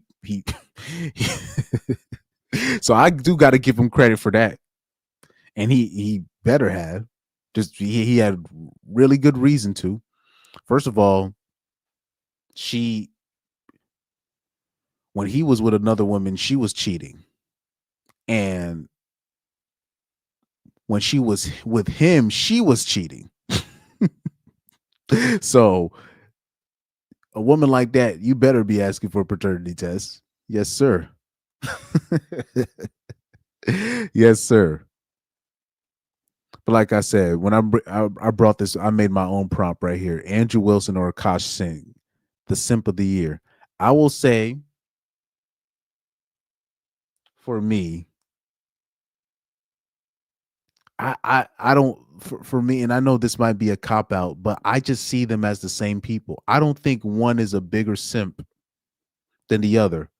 But I will not be surprised if somebody looked at this prompt and be like, oh yeah, Andrew Wilson is the bigger simp, because he literally, at least Akaash, even though he took on a hoe as well, but at least he had the decency to pick a hoe that didn't have kids, you know what I mean, from other men, right? And he was older than her. She was 22, he was 31, but he still did it wrong. He still did it wrong because he picked a hoe to marry. But Andrew Wilson, so I guess, you know what? If I'm gonna keep it a buck, that makes Andrew Wilson the bigger simp. That makes Andrew Wilson even a bigger simp than Hafiz. But we laughed at Hafiz, but we gave Andrew Wilson a pass. That is what startles me with the manosphere. The manosphere, in total, they made fun of Hafiz after the debate. But when CGA debated Andrew Wilson, they took Andrew Wilson's side. This is where I'm like, yo, what are we doing? What's going on here? Because at least Hafiz married a young woman. He married a young woman, a pretty young woman, and a woman that didn't have any kids from previous partners. But the manosphere at first, they took Andrew Wilson's side just off of pure clout and off the numbers. So that was very eye-opening. But anyways, so I'll say Andrew Wilson's the simp of the year. Yep. But at the same time, Akaash, when you talking about Akaash, I'm thinking about Andrew Wilson. When I'm thinking about Andrew Wilson or Akaash, I think about the story that I just showed you. That can happen even to us. That can happen to any of us, but especially in this case, when you're talking about a stepfather here that crashed out, when you got the simp that crashes out, he experiences blue. This is the result. This is not the result of red pill rage. This is the result of blue pill rage. This is why we say blue pill rage is the most dangerous. Red pill rage is just dudes going on, Twitter calling, women 304s and prostitutes. That's like the highest, red pill rage goes. Or you're in college trying to debate 304s and stuff. That's like the highest red pill rage goes. But blue pill rage, this is the result of blue pill rage. You end up on Law and Crime Network, right? But yeah, that's it for today. That's it for tonight. I'm gonna wrap this thing up. I've been here too long. And I still didn't download the videos that I was supposed to from my soundbite. But anyways, we gonna wrap it up with with two funny videos. Two funny videos that coincide with each other. Oh man, shout out to you guys, man. Thank you guys for listening. Thank you guys for tuning in. I'm gonna check. Let me check one thing on my live stream.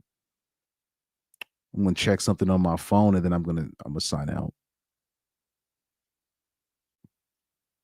Let me check something on my phone real quick.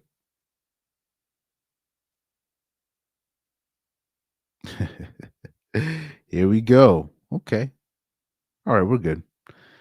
Anyway, shout out to you guys. I know the two videos that I'm about to show. Let's see. Let's set this thing up the right way.